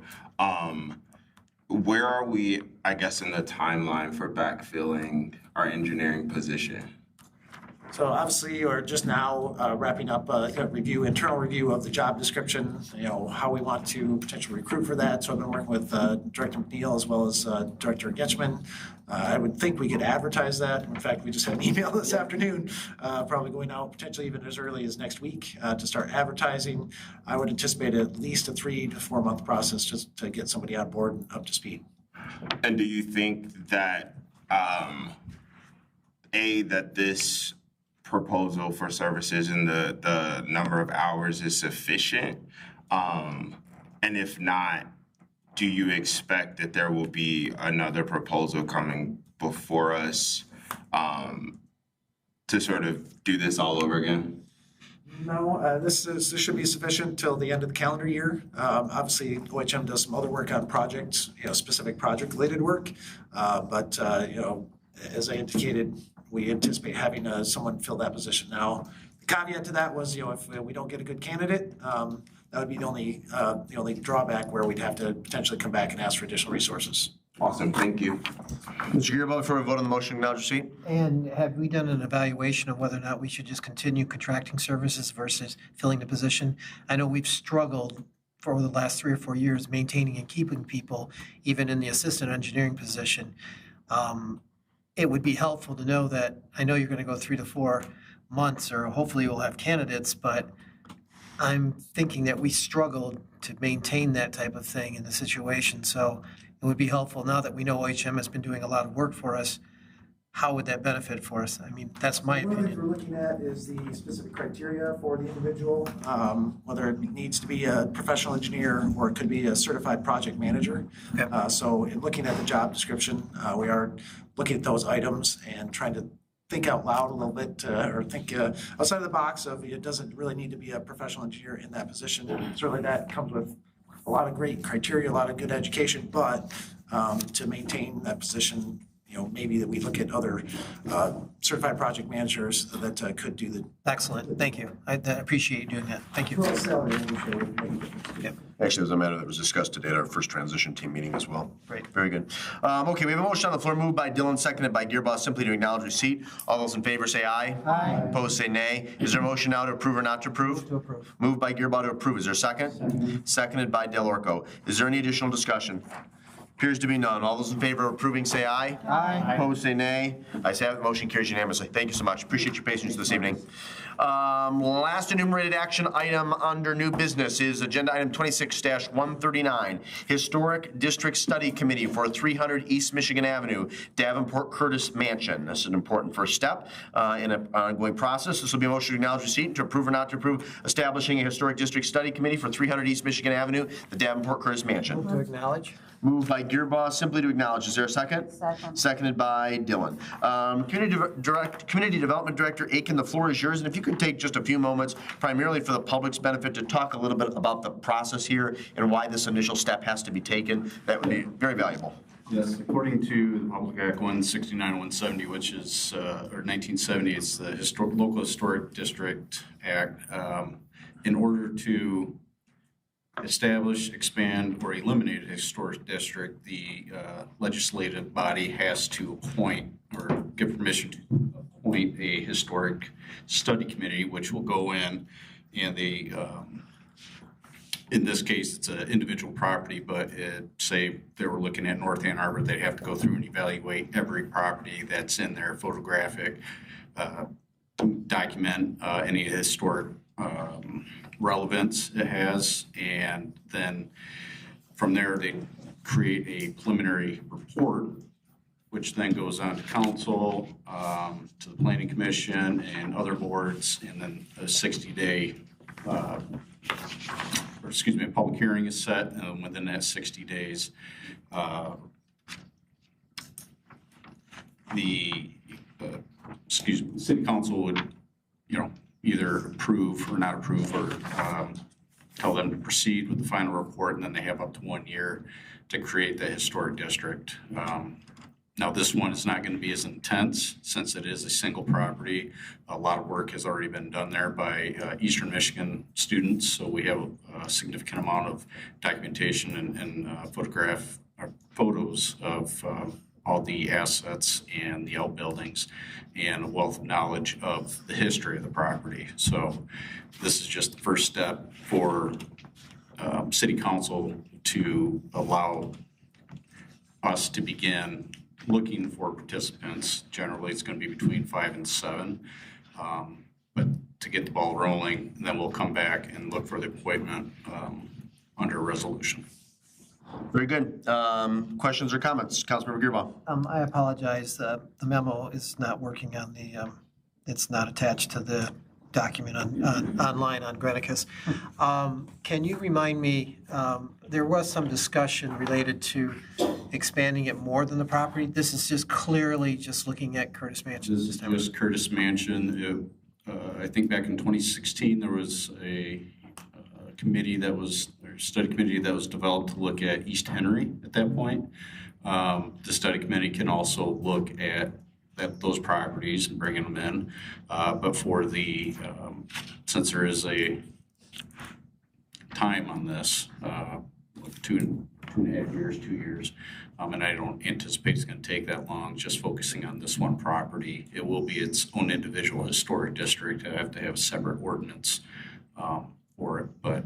Do you need direction from council to make sure that it is specifically only this property so that we do not potentially lose time related to, there will be a lot of concerns if we try to bring in other properties, or if that commission, can they make that call to bring that in? So at this point, we're just looking to go ahead and proceed, and then we'll come back and City Council, by resolution, can appoint this committee, which then once the historic district is established, it automatically dissolves. But within that resolution, we can specify just for this property. Okay, thank you. Additional questions, Councilmember Dillon and then Councilmember Hulsh. Thank you. So one of the things I wanted to ask is, so since the city owns the property, can we speed up the process more? I know they give you an X amount of time in which you have to complete it, but is there a window in which, like, that X amount of time has to pass before we can do it? Because if you're indicating that most of the work is done, the city owns the property. Because part of the issue, and I was a part of the Historic District Commission in 2016 when we tried to do that, and it was a process because you had to get approval from the households that were going to be included. So because we don't have that step, can we sort of move this along at a rapid pace? I think it'll be a little bit quicker than what it will be normal, since we're not going to have to convince the owners that it needs to be historically preserved. And again, since we have a lot of the evidence, the bulk of the time is going to be spent in the preliminary report and the final report, making sure there's criteria that's outlined in the Public Act that has to be identified in that report itself. And the clock only starts ticking once we set that first public hearing. Then there's 60 days. Then after that 60 days, then it's within 1 year. Okay. I just wanted to make sure that it fell within the timeline of the time frame in which we have for owning the mansion. I don't imagine this is going to take longer than 6 months. Okay. So no, I really appreciate that part of it. So, and is there any part of it that we need to outsource, or is this something that? No, they have to be local, and the people that represent the study committee have to have certain criteria, knowledge with historic preservation, historic districts. It states, I wrote it down somewhere, representation from one or more duly organized local historic preservation organizations. So. Well, I really appreciate that you accelerating this and keeping on top of it. A big part of, for me, agreeing to the purchase of this property was to maintain that historic aspect of it. So I think that is really a key aspect of it. And so I'd love to see this move forward. Very good. Councilmember Hulsh. My only question is, if we do establish a historic district, and we also, at some point in the future, decide to expand our social district, would there be any conflict? No. Not for this, no, because that's not going to affect the appearance of the property. Okay, awesome. That's all. That was my only question. Any additional questions?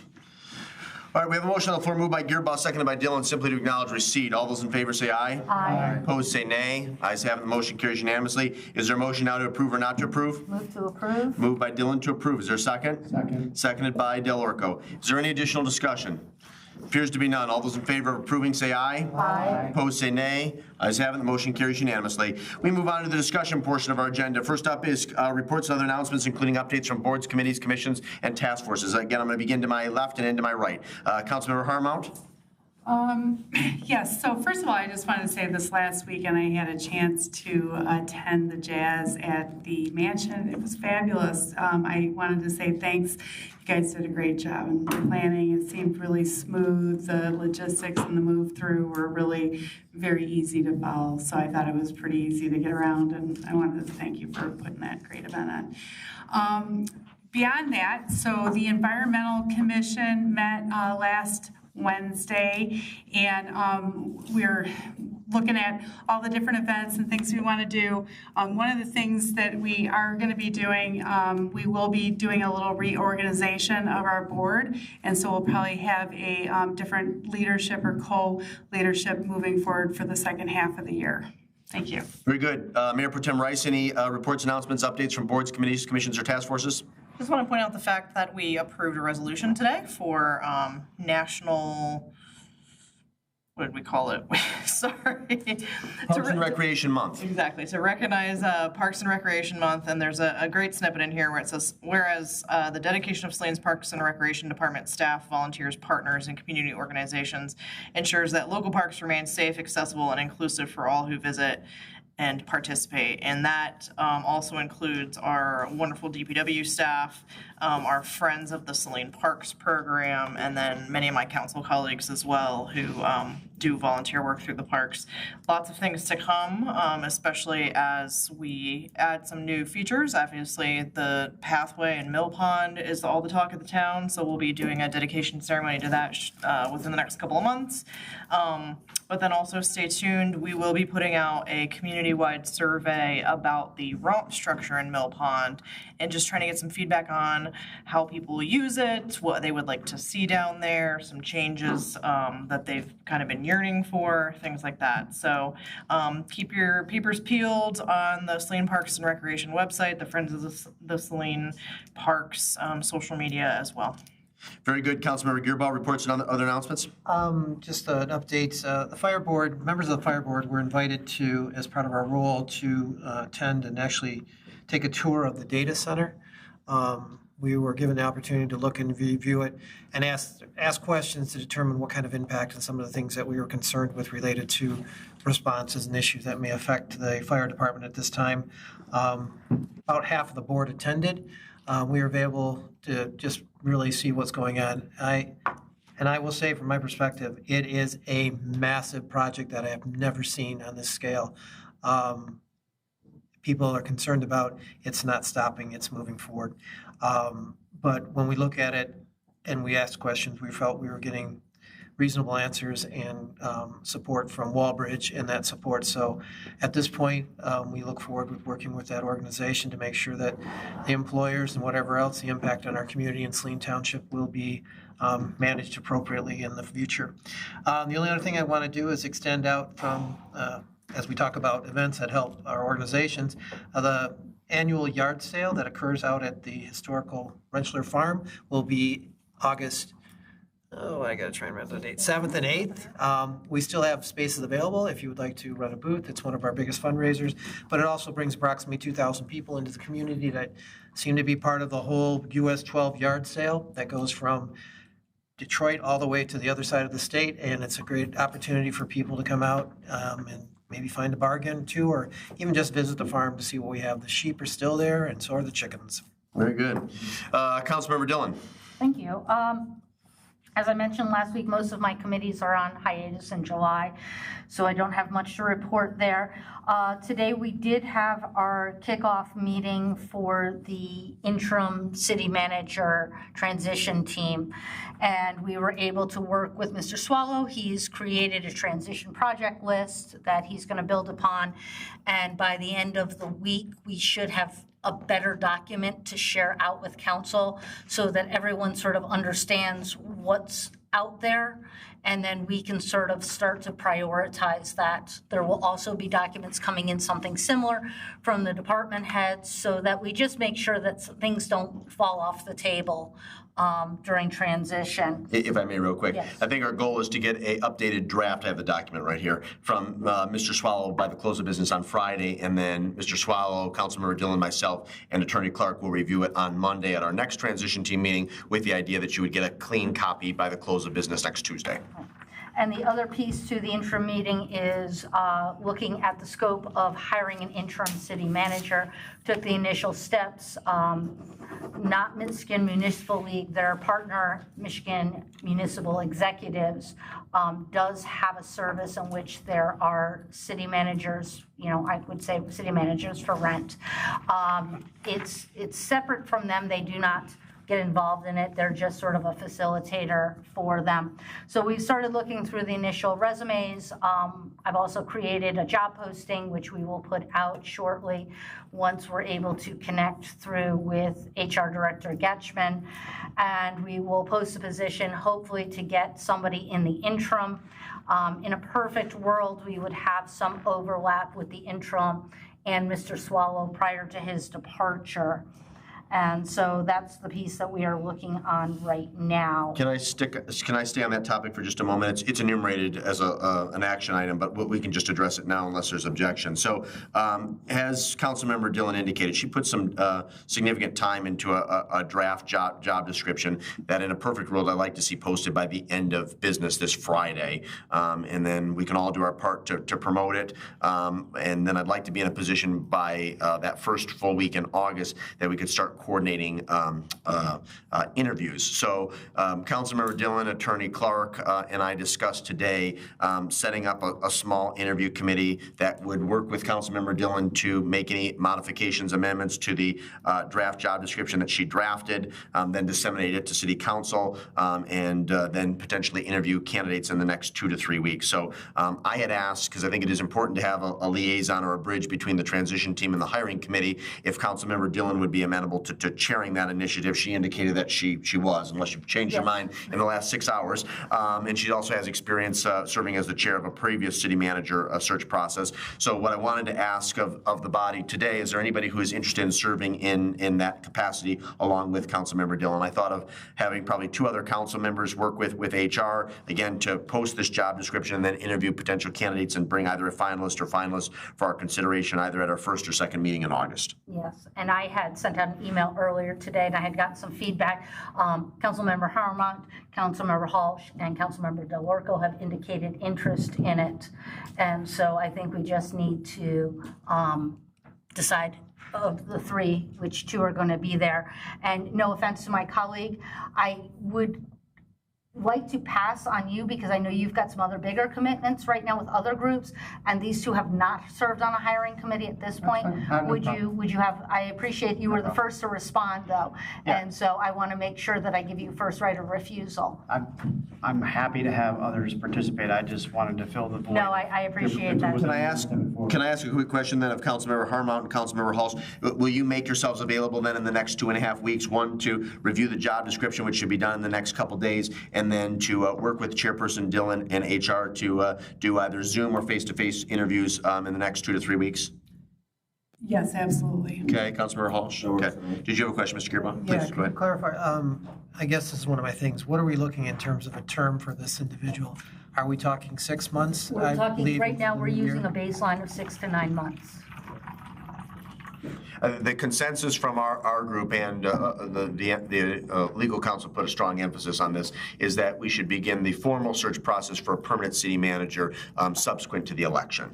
That a permanent candidate is going to want certainty that the individuals that are voting on his or her contract are going to be in their positions for the next 2 to 3 years, which makes perfect sense. I concur with that, so I think that's great. Okay, very good. Then I'm going to make a motion from the floor, if I may, to appoint Councilmember Dillon as the chair and council members Halsh and Harmont respectively to a hiring committee for the interim city manager to draft and post a job description and interview candidates and make a subsequent recommendation to council. Second. Okay, seconded by Gearbaugh. You clear on that? Okay. I'm a fast talker, so yeah. All right, so it's going to be a motion to appoint Councilmember Dillon, in asterisks you can put chair, along with council members Halsh and Harmont to a interim city manager hiring committee.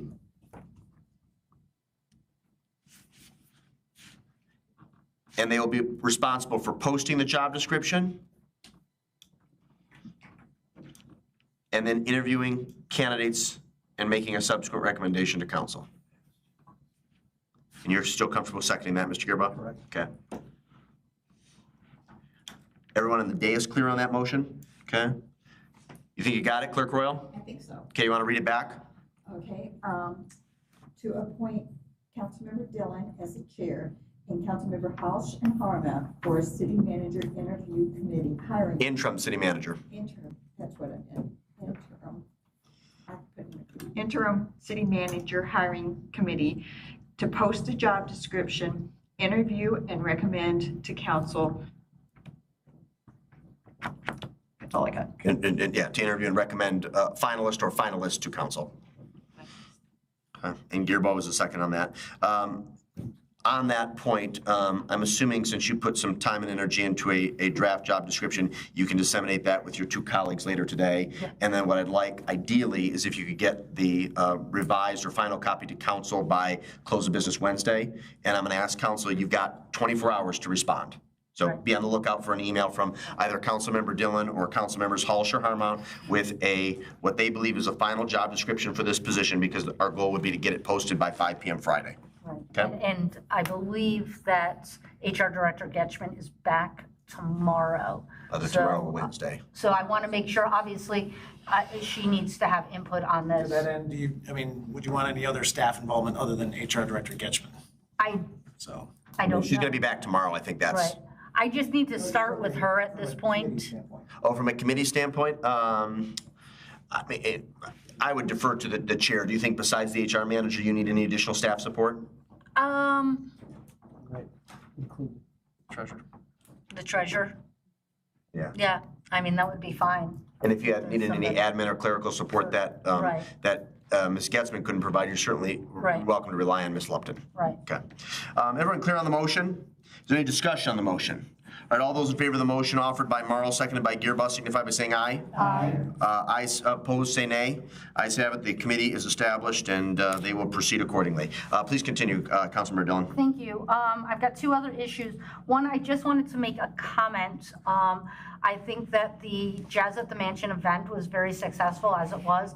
There were a couple of takeaways that I just want to say out loud. I think it can go back to whichever committee needs to, but more for the Davenport Curtis working group, is that I would like to see us clearly state that there is no smoking allowed on that property, that there are no dogs allowed on that property other than service animals, certified service animals, and that we consider doing the red velvet roping at the stairs so that people cannot go up onto the stairs during events.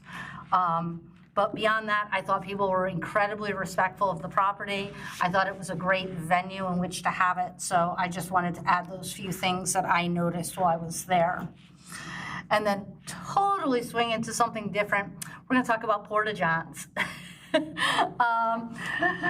Director McNeil was Johnny on the spot, and he and his staff were able to kind of look into the cost of a Porta-John.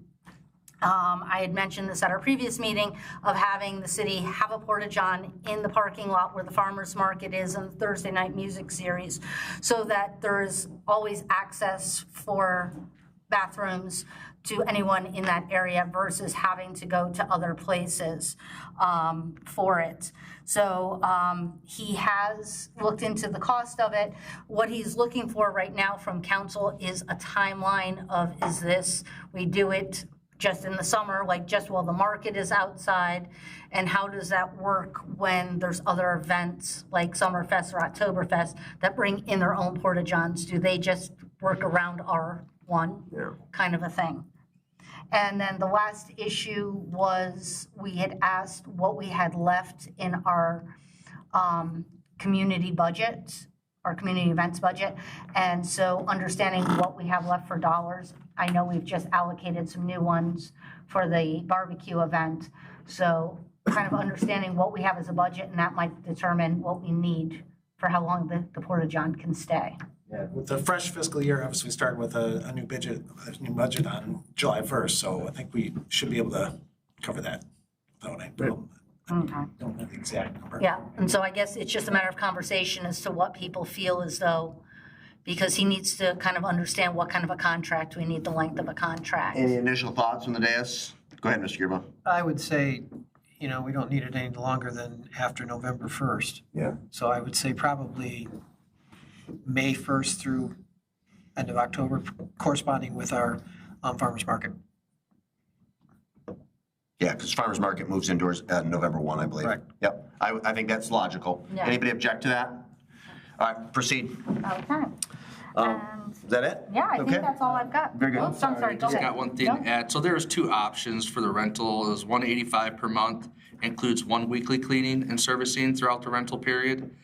And then option 2 weekly rental was $160 per week. This was designed for short-term rentals, includes delivery, weekly pickup, and servicing as needed. What was the monthly? I thought there was a monthly rate. It seemed like the monthly rate was Yeah, there's more than the weekly rate or something like that. Definitely the monthly rate is the better. I think we'd go that route. Yeah, I think, having like the weekly cleaning option or whatever is gonna keep it fresh and tidy. At least once a week. Yeah, the weekly one is the more expensive one. It's $160 per week, but it's delivery, weekly pickup, and servicing as needed. So it'd be serviced more often, but it is 4 times as much. If this is the same entity that does the porta-johns at the ballpark, see if you can get them on that same cleaning schedule, because anytime they vary off of that cleaning schedule, they get pretty jacked up. It needs to be like right after the weekend. I think they're doing it on Mondays or Tuesdays. And anything past that, if you get into like Thursday, Friday, they're a mess by the end of the week. Yep, agreed. Yep. And I'm set. Very good. Councilmember Del Arco? I don't have any. My boards didn't meet since last week, so I don't have anything at this time. Okay, Councilmember Halsh? Just wanted to reiterate what everyone has said about Jazz at the Mansion. I think I've always believed it to be my favorite event, but I think that it was an opportunity to see the city that I believe Saline can be and that we're growing into. I know, I didn't necessarily agree with the purchase of the mansion, but I definitely think it has found a purpose, and that is being a space to create community and to just bring us together. So I wish she was here, but I do want to thank Diana, who is a force of nature and really just having a vision and wanting to make sure that it was an experience that everyone in our community could enjoy. I actually ran into someone who traveled from Colorado, hopped off a plane and went right to the mansion. So I thought that was really, really cool. And then the other thing that I did want to discuss, without going into too much detail, I know it was brought up at the last meeting, but I was able to attend with both the mayor, city manager, and Lisa Shea, a meeting with Related Digital in regards to the outstanding pledge to the rec center.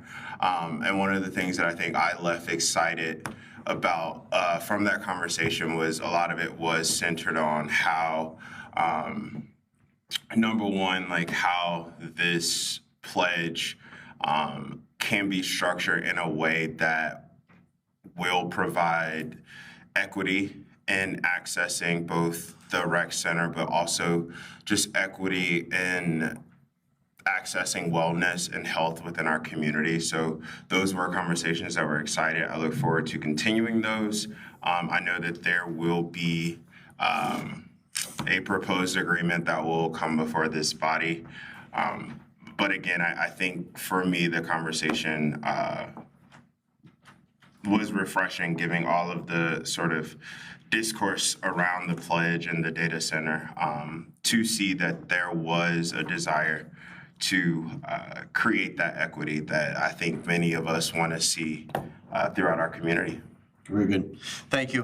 We will transition then to the second item under discussion, which is Mill Pond Dam ballot wording. Mr. Swallow? Thank you, Mayor and Council. As was discussed last time, the city had engaged the services of the attorney to start drafting potential ballot language and to do some additional research as to the authority that we would act under as council. So we have engaged the services of Fahey, Schultz, Burzich and Rhodes. This is the same firm that has written previous opinions relative to the mill pond and the access, et cetera, to that property. So with that, they are looking closely at not only charter authority but also state law to make sure that whatever ballot language we do draft does comply with those requirements. They will be providing a legal opinion. I hope to have that as early as next week. And they also are drafting some different options of ballot language. The challenge is you have to come up with obviously a yes or no question, and how you phrase that is definitely something that I know was discussed in some of the public comments, is to provide enough background in a limited space, a limited number of words that you have relative to ballot language, but also at the end of the day have a clear yes or no question. So we'll be writing different options relative to that. I appreciate that. I think council and the community will look forward to seeing that language and the corresponding opinions. Again, I would ask the city clerk to remind us, what is the deadline to put a proposal on the November 2026 ballot? It has to be to the clerk's office by August 11th, but it has to be to the county by the 12th. Okay, so, I mean, I guess the reason I ask that question is we're getting to crunch time here. And so we would, if there was a fervent desire to get this on the November ballot, we would not only need all of the material by next week, we would likely need to call a special meeting because our next regular meeting is on the 10th. And even if we got consensus by the late evening on the 10th, that's probably not enough time to turn the necessary documents around for approval. Now, in saying all that, again, there's no requirement that it be on the November 2026 ballot. We would have other subsequent options in 2027 or beyond. So again, I would, I guess, get another head count this evening. I know I asked a week ago, and people are free to change their minds or their positions may evolve. But Councilmember Harmon, any additional thoughts this evening? I'm going to defer to my colleagues. Mayor Pro Tem Rice? I am ready and willing to approve ballot language with the caveat in the back of my mind that if we don't have it right, we put it off because there's no rush to failure. Okay. Councilmember Yerba? For me, it's going to be all the opinions. I don't want to strap ourselves. I mean, we know it's maybe not a binding decision, but being able to repair the dam versus fixing it, there's all types of things going on. We need to have the right information, and if we can't do this in 2 weeks, we're basically paralyzed when we make decisions. And this is another example of it. We're being rushed to put this through. So I don't see how we're going to do this in November. But Councilmember Dillon? I think right now the ship has sailed timing-wise. I mean, we do not have time to, as a body, to review this, to have it out into the public for like at least one first reading before it's approved and really get things moving. I'm really struggling with the fact that it's taken this long to get the information to us. And as my colleagues say, you know, generally what we've learned from past experiences, when we make rush decisions, they're bad decisions. And I don't want to be stuck with a decision that we are literally stuck with and bound to by law because we did not explore all of the options or do it correctly. Very good. Councilmember DeLarco? My position is unchanged. This is the third time I've been asked this question. I think this is not our decision. This is the public's decision. And the more we delay and the more we pretend like we're doing something and do nothing, we're going to frustrate the public. Thank you. Councilmember Halsh? I have to agree with my Councilmember DeLarco. I completely understand the I heard the comments, and I think one of the most consistent themes throughout all of those comments was that regardless of where people stand, they want clear, consistent, balanced language on the ballot. And I think we owe it to our community to ensure that. I'm incredibly disappointed that it's sounding like that may not happen on the November ballot.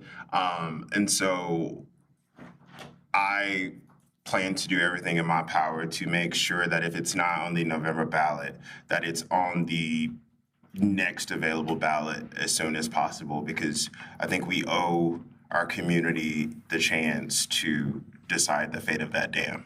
Yeah, I don't disagree with any of that. What I would disagree with is if we're not able to put it on the November ballot, I've said all along that if we are going to put this issue to a vote, it should be on a ballot in an election where the largest, most diverse swath of our electorate is participating.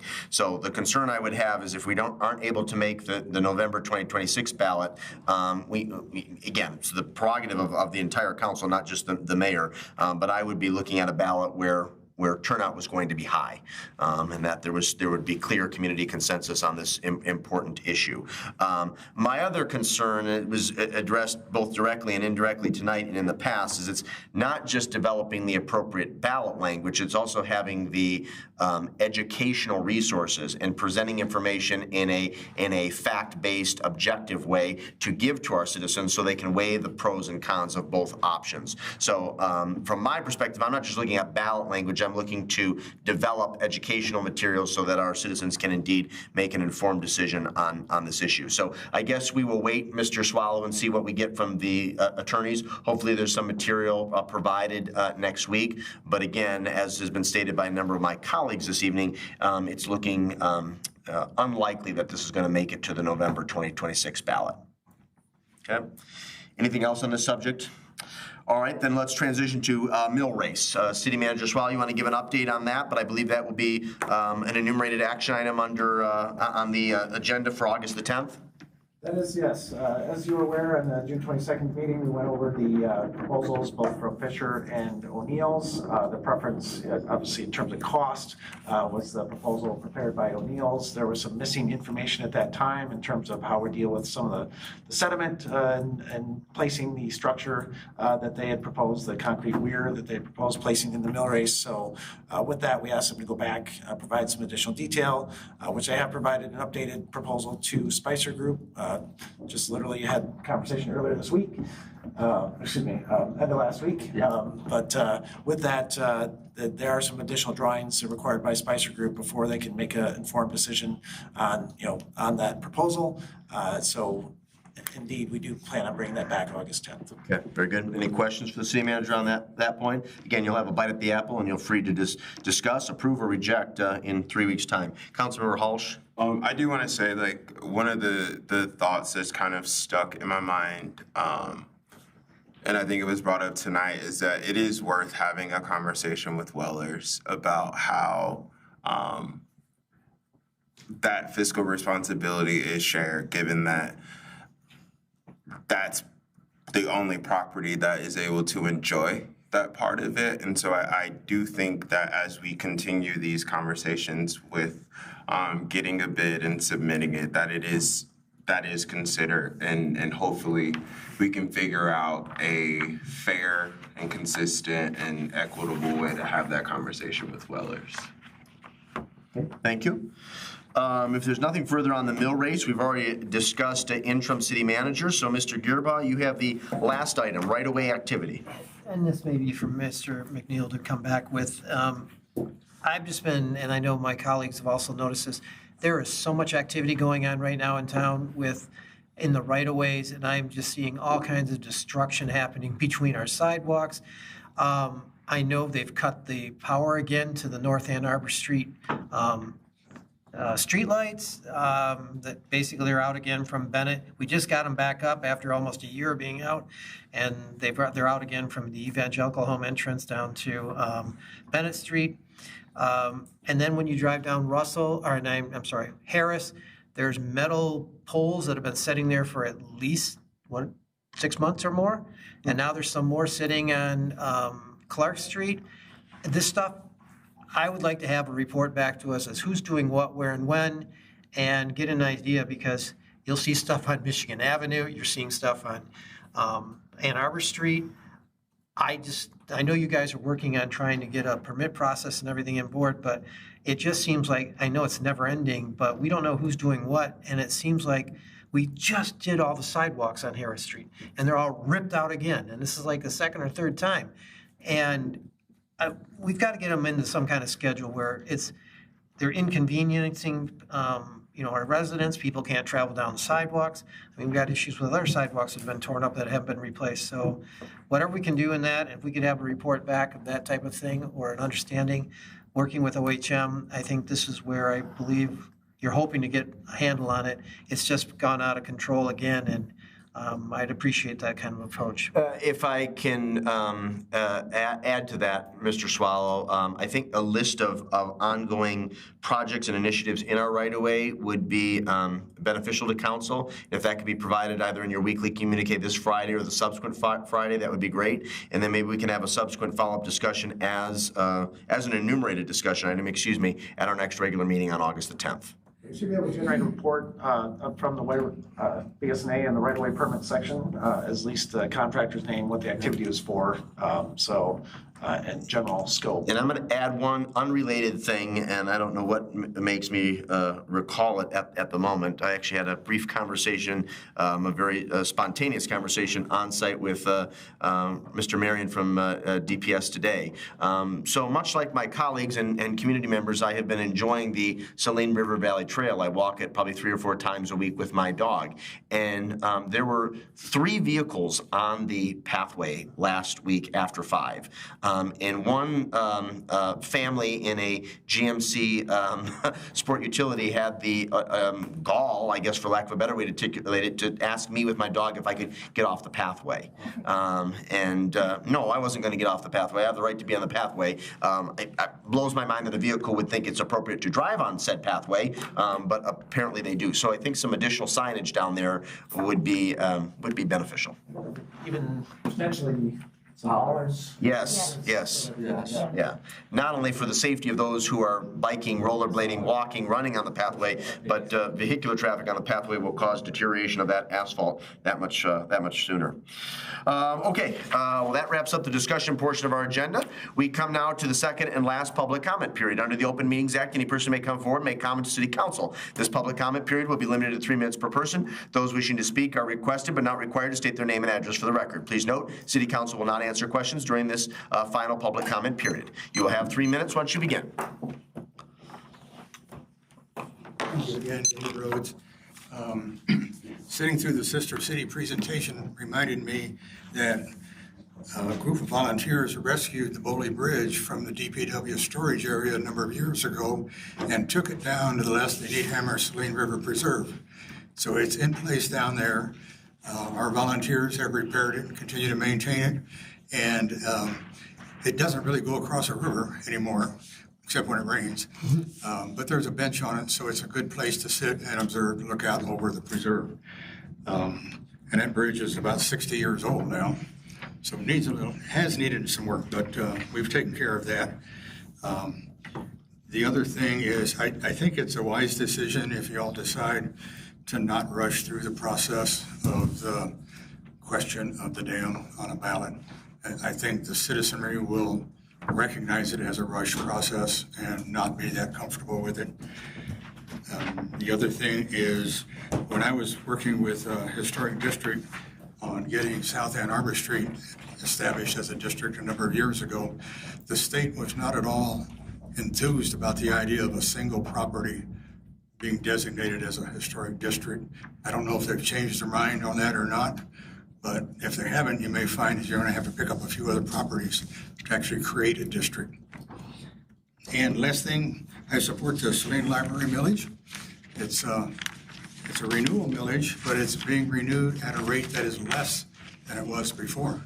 Amazing thing, almost unheard of, because typically activities expand to fill whatever millage is available. So we should do it. And I support all the other millages too that are on the ballot. Thank you. Thank you, Mr. Rhodes. Appreciate your comments. Additional citizen comments. You'll have 3 minutes once you begin.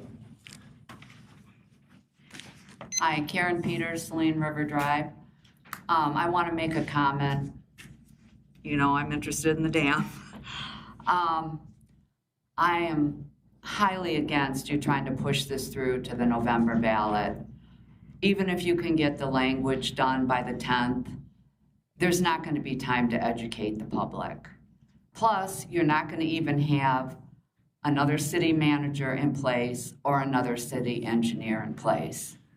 So I think you need to focus your efforts on getting another city manager, another city engineer, and deferring this vote until a later time. Thank you. Thank you. Appreciate your comments. Additional citizen comments. You'll have 3 minutes once you begin. Good evening. I'm Jane Finkbeiner. I'm from Saline Township, the home of the data center. Anyway, tonight I just want to comment on the Davenport Curtis Mansion. As a person with historic passion, and I work with Bill Kenley, who has worked on historic preservation for his properties, which includes the Murphy's Building, which is known to us as the Union and Wallace Building. I would love to see the continuation of the use of the Davenport Curtis Mansion versus the Mansion. Jazz at the Mansion, BBQ at the Mansion. I'd love to see that name to be continued to be used, as well as the verbiage and in advertising. I want that to happen so we preserve the history of those families who not only built, but saved the mansion for the city to purchase. Thanks. Thank you, Jane. Appreciate those comments. Additional citizen comments. You'll have 3 minutes. Gordon Peters, Saline River Drive. I too appreciate y'all getting to the dam issue, but I think that it's being rushed at the last minute. I too agree there's no way in the world we're going to be able to educate the public and the citizenry about the real pros and cons.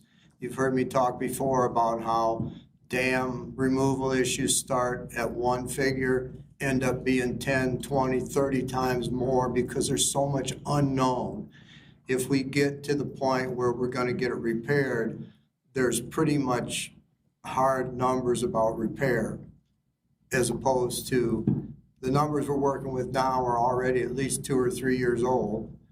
And as I've mentioned before, with the Gorge River Dam near Akron, Ohio, they went from a $50 million price to $130 million. I don't know that that would be anywhere near what would happen to us, but it's a possibility because of the unknowns. So I appreciate the effort to try to postpone, because it's already been more than a year that we've been talking about this. It feels like 10 to me, but a few more months isn't going to probably make or break if we can get a good educated citizenry. We've already heard evidence that some of the pamphlets that have been distributed are more persuasive than informative. And to me, I think if we're going to be fair to the citizenry, both opposed and for, they need the truth about what it's really going to cost, what it's really going to entail. I'd also like to make a quick comment about the Saline Trail in the Mill Pond. Wonderful addition to our park. What I really worry about is if that dam is removed, that pond is removed, most people on that trail won't even know there's a river there, because the most encouraging part is up by the Michigan Ave part where you can really appreciate the pond. Thank you. Thank you. Appreciate those comments. Any additional citizen comments this evening? Let me defer to the city clerk. Were there any written comments provided in advance of tonight's meeting in which the individual wanted their remarks read? Easy enough. Then I would note, because I think, well, Mr. Rhodes made reference to the upcoming election. Our council meetings are generally on the first and third Mondays, but because of the primary election, we are on the second and third for August, so we will not meet again until the 10th, which means there is the primary election between now and our next regular meeting. As former mayor of Chicago, Richard Daley said, vote early and often, do your part, and regardless of how you vote, please exercise your right. And if you have any questions or want to obtain an absentee ballot, please contact the city clerk. If there's nothing further to be brought before Saline City Council this evening, I'm going to go with that clock, although mine says a different time. I'm going to seek a motion to adjourn at 9:31. Moved by Dillon, seconded by Gearbaugh to adjourn. All those in favor signify by saying aye. Aye. Opposed say nay. Ayes have it. Meeting is adjourned. Thank you all.